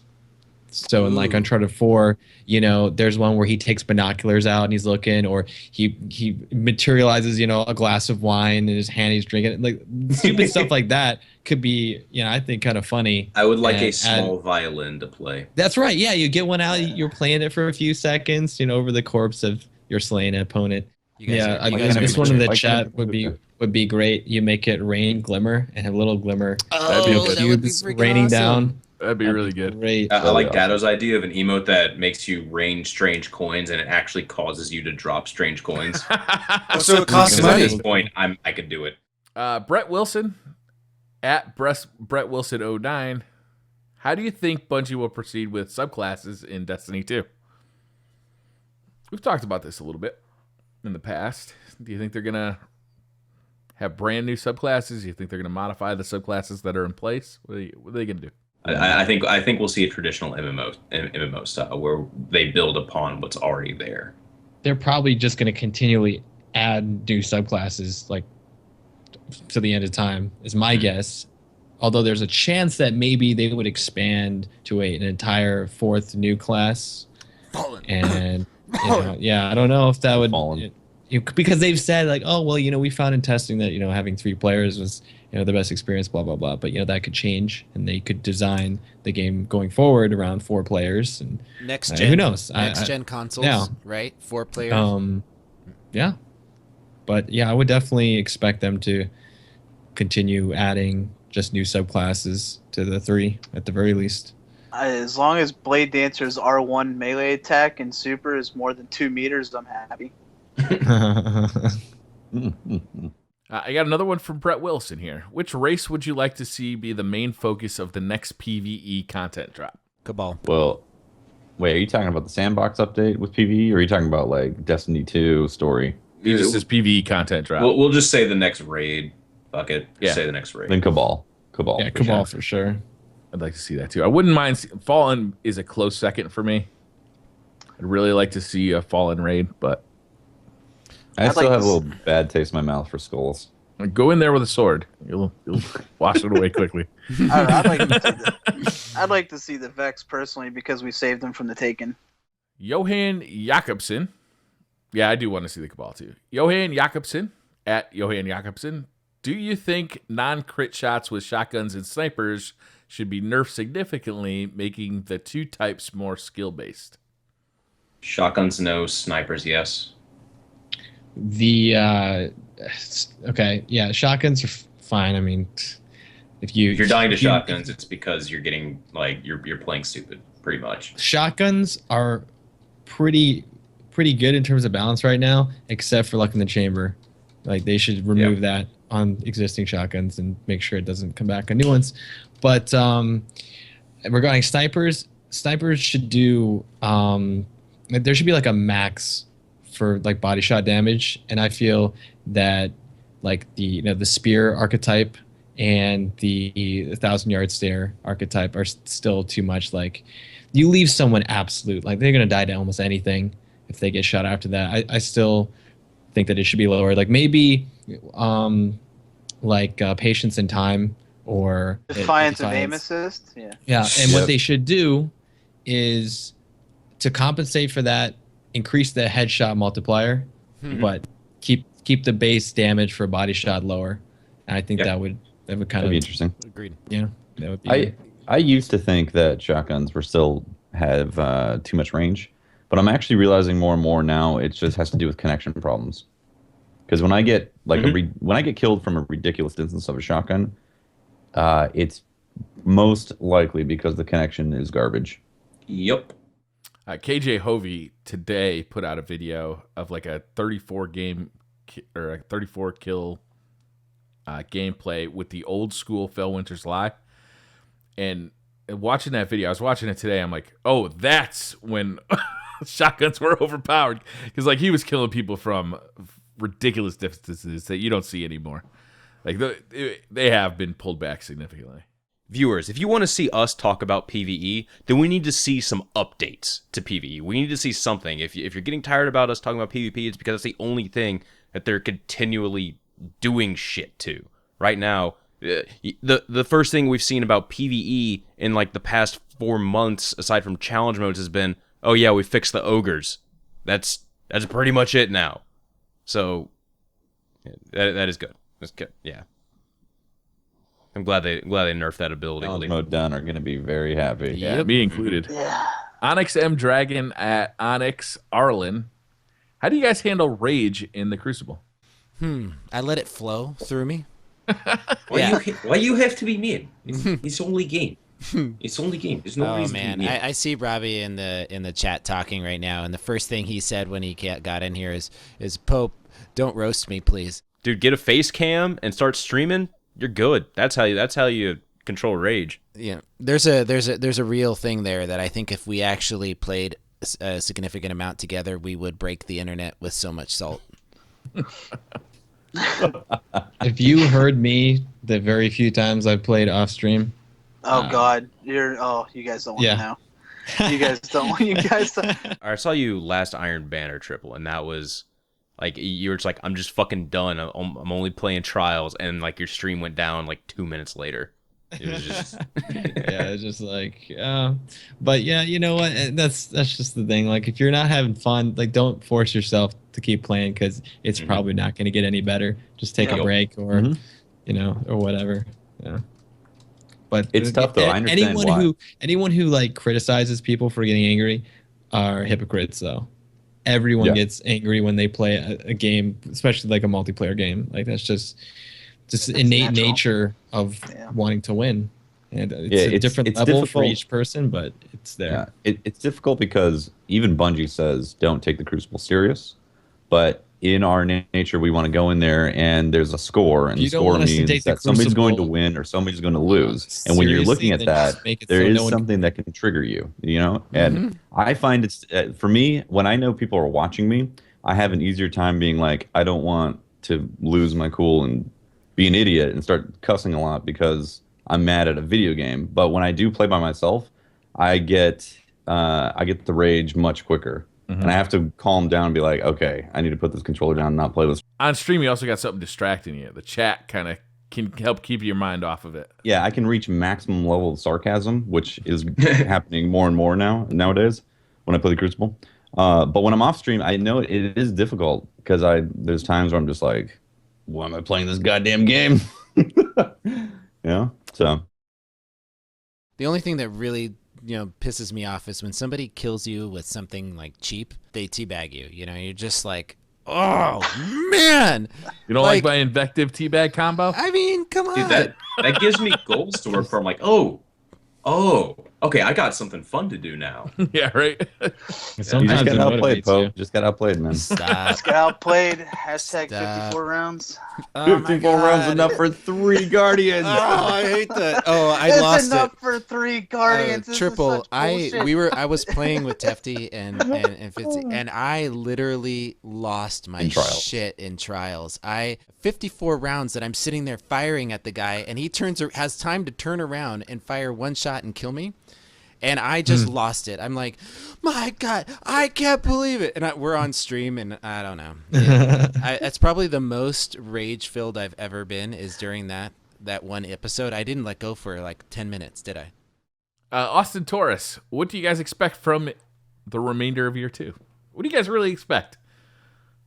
Like, lay it out there. The Do you smartass version of what I expect, No, or like I'm the asking real? for real here. Okay. What do you guys actually expect to see in year 2? Do you expect a DLC or like a DLC type thing that we're used to, or do you expect to be, somewhat disappointed by a smaller than average DLC? Do you expect to see Destiny 2 in September? What do you guys really expect here? It doesn't even have to be as big as the Taken King, but something like House of Wolves. Like, what if you don't have that? Are people going to be content to play Sparrow Racing League 2.0? Personally, me, I'm hopeful for at least a raid in the fall. Personally, Do you expect it? do I expect it? No. They need something big. When I said I expect disappointment, it's mainly because I just it's been so inconsistent with the amount of content that we get with these updates that I just don't know what to expect. So I am expecting to play something new in Destiny at some point this year. That is as vague as I can say because I just don't know. Upton said I expect 18 motes of light. That was hilarious. I'd expect man. probably more microtransactions like emotes and stuff like that. That's expected. Yeah. What do you expect? What do you expect, man. Pope? Oh, and I expect those last Taken King exotics to come out at some point. Oh, the I'm refurbished trying- Tier 1 I exotics. forgot about those. I'm trying I really hard expect not to that. be salty, Briar. And what am I expecting going to happen? I think that with a new CEO, what I expect is going to happen is they're going to have to end the year with something memorable. They're going to have to put it out. And I think they're going to just dump all the content that they've been working on and try to make another Taken King type release. I think we're going to get a raid, some strikes, some adjustments to PvP, and one more type event where you see like a Festival of the Lost or something like that as a send-off. I think we're going to get the layout of what Destiny 2 is going to look like in September, and what we're going to find out is that it's just expansions on the current world and not a new disc. It's going to be a continuation, a World of Warcraft style, like same world, just more areas, a new place on Earth, a new place on Mars, a new place on Venus. And then what we get from that is, the new world expanding. But there's no way that they're going to sell Destiny 2 to people unless they have something like Taken King to carry us to the Destiny 2 is going to be delayed. So let's assume it's going to be delayed. So they're going to have to end this season, right? Knowing that there's not going to be a Destiny 2, and they're going to have to buffer that delay and give us a meaty piece of content. So I think we're going to see a Taken King style release. I honestly think that May is going to bring something like House of Wolves. It's not going to be Really a think that's raid. gonna happen? I actually do, because I feel like they got to be working on something, you know. And a raid The question is, too is big. how much of Bungie is working on Destiny 2? How much have they retained a team to work on content like that? Right, but the thing is, like, things have changed. Obviously, if Destiny 2 got pushed, and there's a new CEO, things have changed. The status quo is different, and they know that if they want to retain their player base right now and make money off of doing Hotline Bling emotes, then they have to have a player base there to buy it. Mm-hmm. So I feel like Are they able to throw that together in like 3 months if that shifted so quickly? Yeah. if they reuse assets, I think if they reuse assets and give us content that isn't necessarily brand new, but is new in a way that it's reshifted some things, some new skins. They revamp the whole Vanguard and Crucible weapons and all that. Give a refresh like they've done in the past, and then some new strikes, or maybe bring in old strikes or something like that. I don't know. Like I feel like they have the assets there to bring in to make a House of Wolves style drop, and it's not necessarily going to be as fresh, but at least it's something to tide us over with. And this is again my expectations. That ended up being a more depressing question than I expected it to be. As you said, what do you realistically expect? Yeah. Like, Yeah. realistic. But what not- Tefty said is conceivable, and then Yeah. what Yeah. some Yeah. we said was also conceivable. It's just we have so little to base our expectations off at this point Yeah. because so many things have changed, and Bungie has said so little to us that Yeah. it's just impossible to really have any certainty. Michael at Michael, which, if any, of the supers are too strong or too weak right now? In a good, bad place? Let's talk supers. Blade Dancer needs to be nerfed. Excuse me?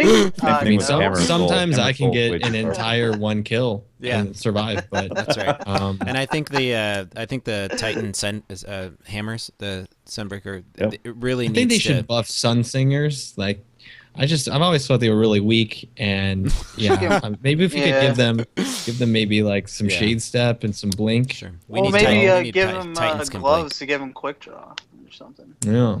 Oh yeah. But maybe Yeah. just add that to all their To the subclass tree. trees. Yeah, let's Like, Yes. why do we even need a piece of armor? Just give them all quick draw. Well, they could also just make a red bar subclass. You know, Nice. I nice didn't play touch. that one. I would definitely say Blade and Sun Singers, like as far as like underpowered and overpowered. Okay. Yeah. Sunsinger's overpowered. Blades being. Yeah. Transcendence on Stormcallers Oh my needs god. Well- to be nerfed, I think. But I it's think not a at the big deal. time- It's not a huge deal by it. It's just like one tweak I would make personally because there are good players that can just wipe Destroy entire their- teams yeah. out. Like it's a nightmare. In all seriousness, Viking Funeral needs to Gone. be nerfed.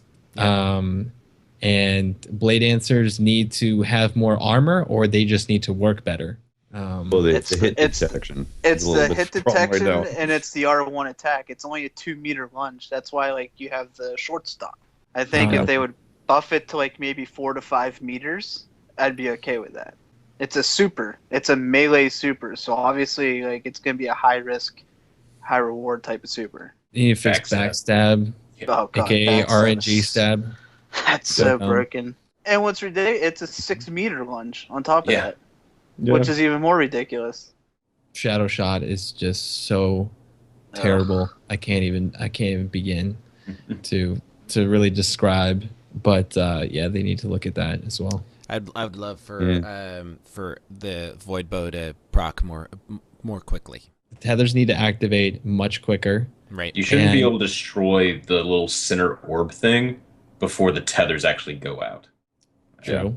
And if you're using Quiver and you hit someone directly when they're in their super, they should be immediately taken out of it. Exactly. Likewise, if if you just have the one shot with black hole or whatever, no matter what you hit with that, it should die. If you get a direct hit with your one shot, it should kill whatever.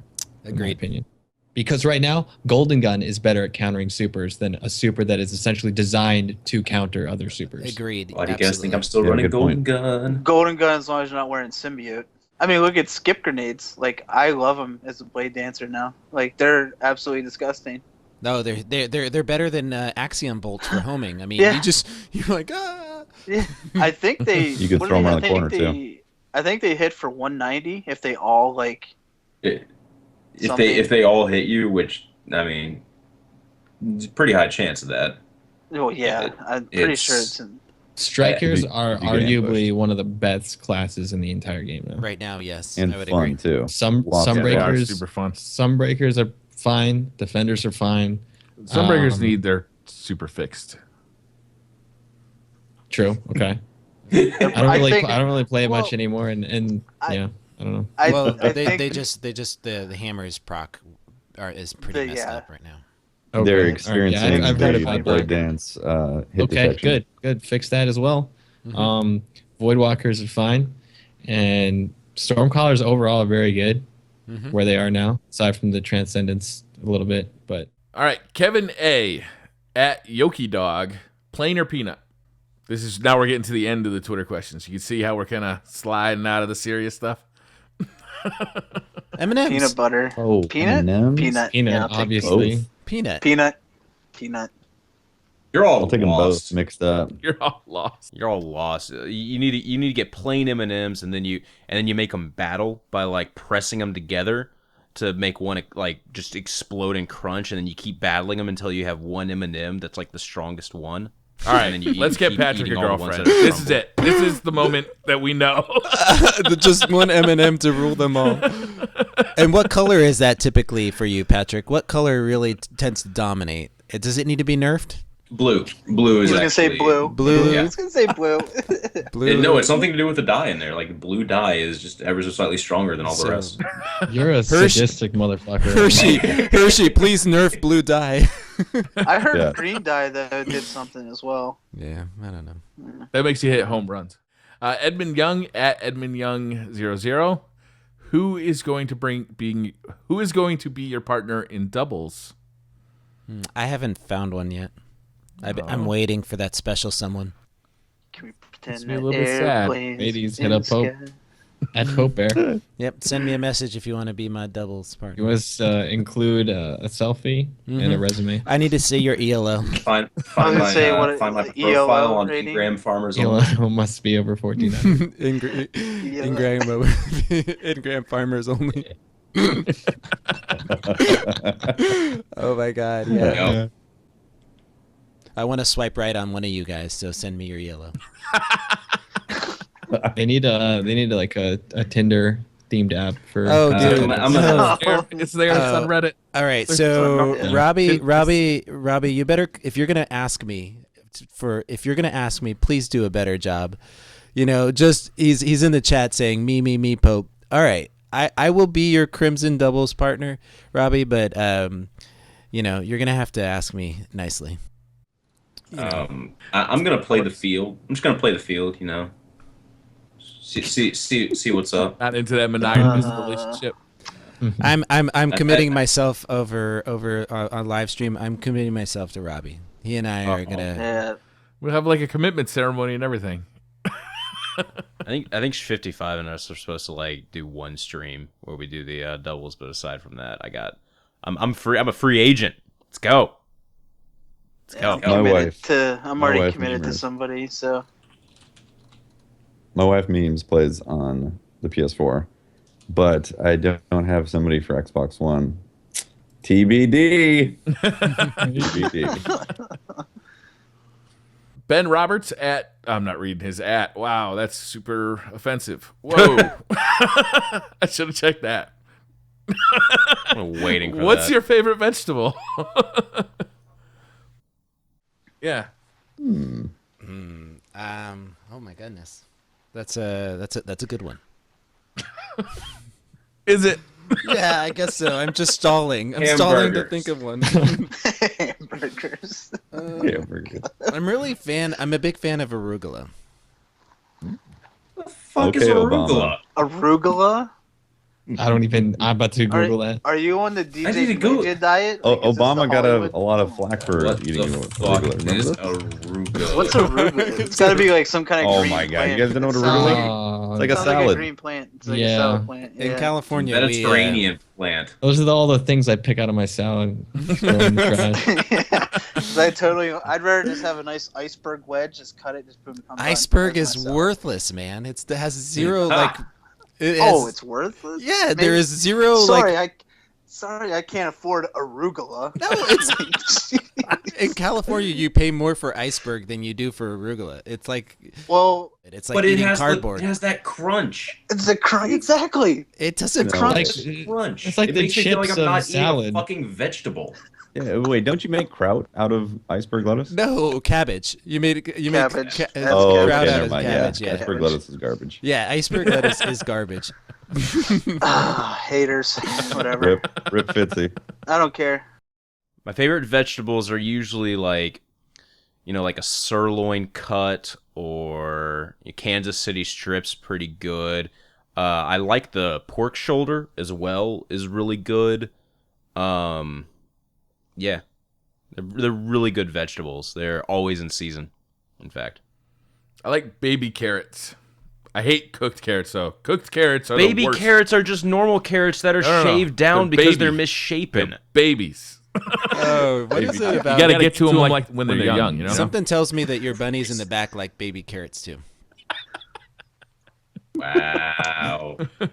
Listen, some roasted, perfectly sautéed Brussels sprouts Ooh. with like some Parmesan cheese. Oh yeah. good. God damn. Ooh, that So sounds good. good. Yeah, that sounds So pretty good. That's it for Twitter questions. I think we ended strong there. Yeah. Triple, thanks for jumping in, man. Yeah, that was fun. That No, was thanks fun for to have you. having me. I always enjoy hanging out and talking with you guys. So Yeah. Are you Anytime. the chat was telling us that you're going to dodge streaming after this. Are you streaming? I've had like 5 people ask me to ask you. I'll stream for a bit. good. The Pope can never mind. I'm not even gonna say. No. No. That's Famous offensive. Shaman, no. That's offensive No, to it's Catholics offensive. It's everywhere. offensive. We're not Catholics everywhere. Even myself, I'm I offended. try to Yes. get through life with as much of reverence as possible, so whatever. All right, I'll hop out of the call and I'll square it up. So yeah, that was the 56th Planet Destiny podcast. We talked about PvP because that's all there was to talk about in the weekly update. Anyway, if you would like to hear more PvE content, please consult podcasts 1 through 40 where we talked about PvE because that's the last time any relevant updates happened there. Yeah, it's been tough. We're big PvE fans. All of us are. We love raids. We love strikes. We love all that stuff. But there's just not a whole lot to talk about. I'll be sacrificing my body again next Iron Banner event. You gonna As do well. this again? It's amazing. Yeah, I actually am, and I sincerely hope people in the community do a similar thing. Just other people so Not. we can get more numbers. I'm definitely not. Just I mean, to I'll see if read we it can if get. somebody does, but not stepping up to that plate.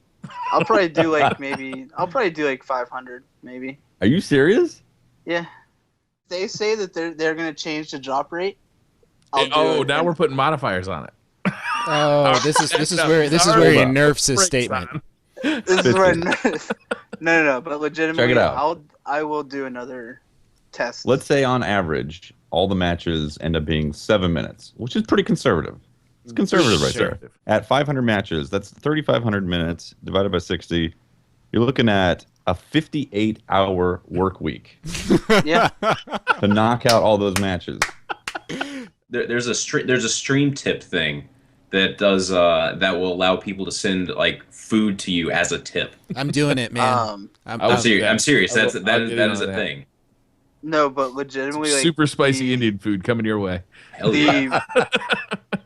My wife actually made a homemade Italian wedding soup on Monday, the day before Iron Banner, and I pretty much ate that and only that all week. That's all I ate. I more so Oh, did Jesus. it because I wanted to see if Bungie was true to their word. Yeah. that was the other reason why I did it too. And obviously some people the results may be different, but 300 is pretty damning evidence there. yeah. Yeah. And Yeah, that's whether or sizable. not people see that, like the right people, it's whatever. I still did it for myself and the community, just to say like, hey, they said they increased it. Here's what I got. Yeah. I'm only one. I'm only one person though. That time estimate that you gave, Tefty, by the way, that's only for the actual gameplay. For the because game, you also have yeah. to factor in matchmaking too. Wait so, times too. Yeah. And if it's control, those matches go like 10 or 11 minutes.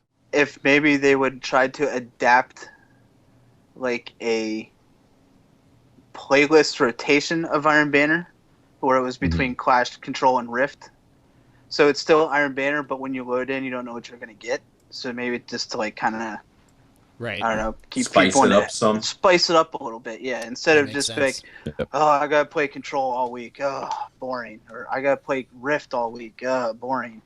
Mix it up a little bit. Just do something fun like that. It might get more people to play it because it's gonna be you don't know what you're gonna get.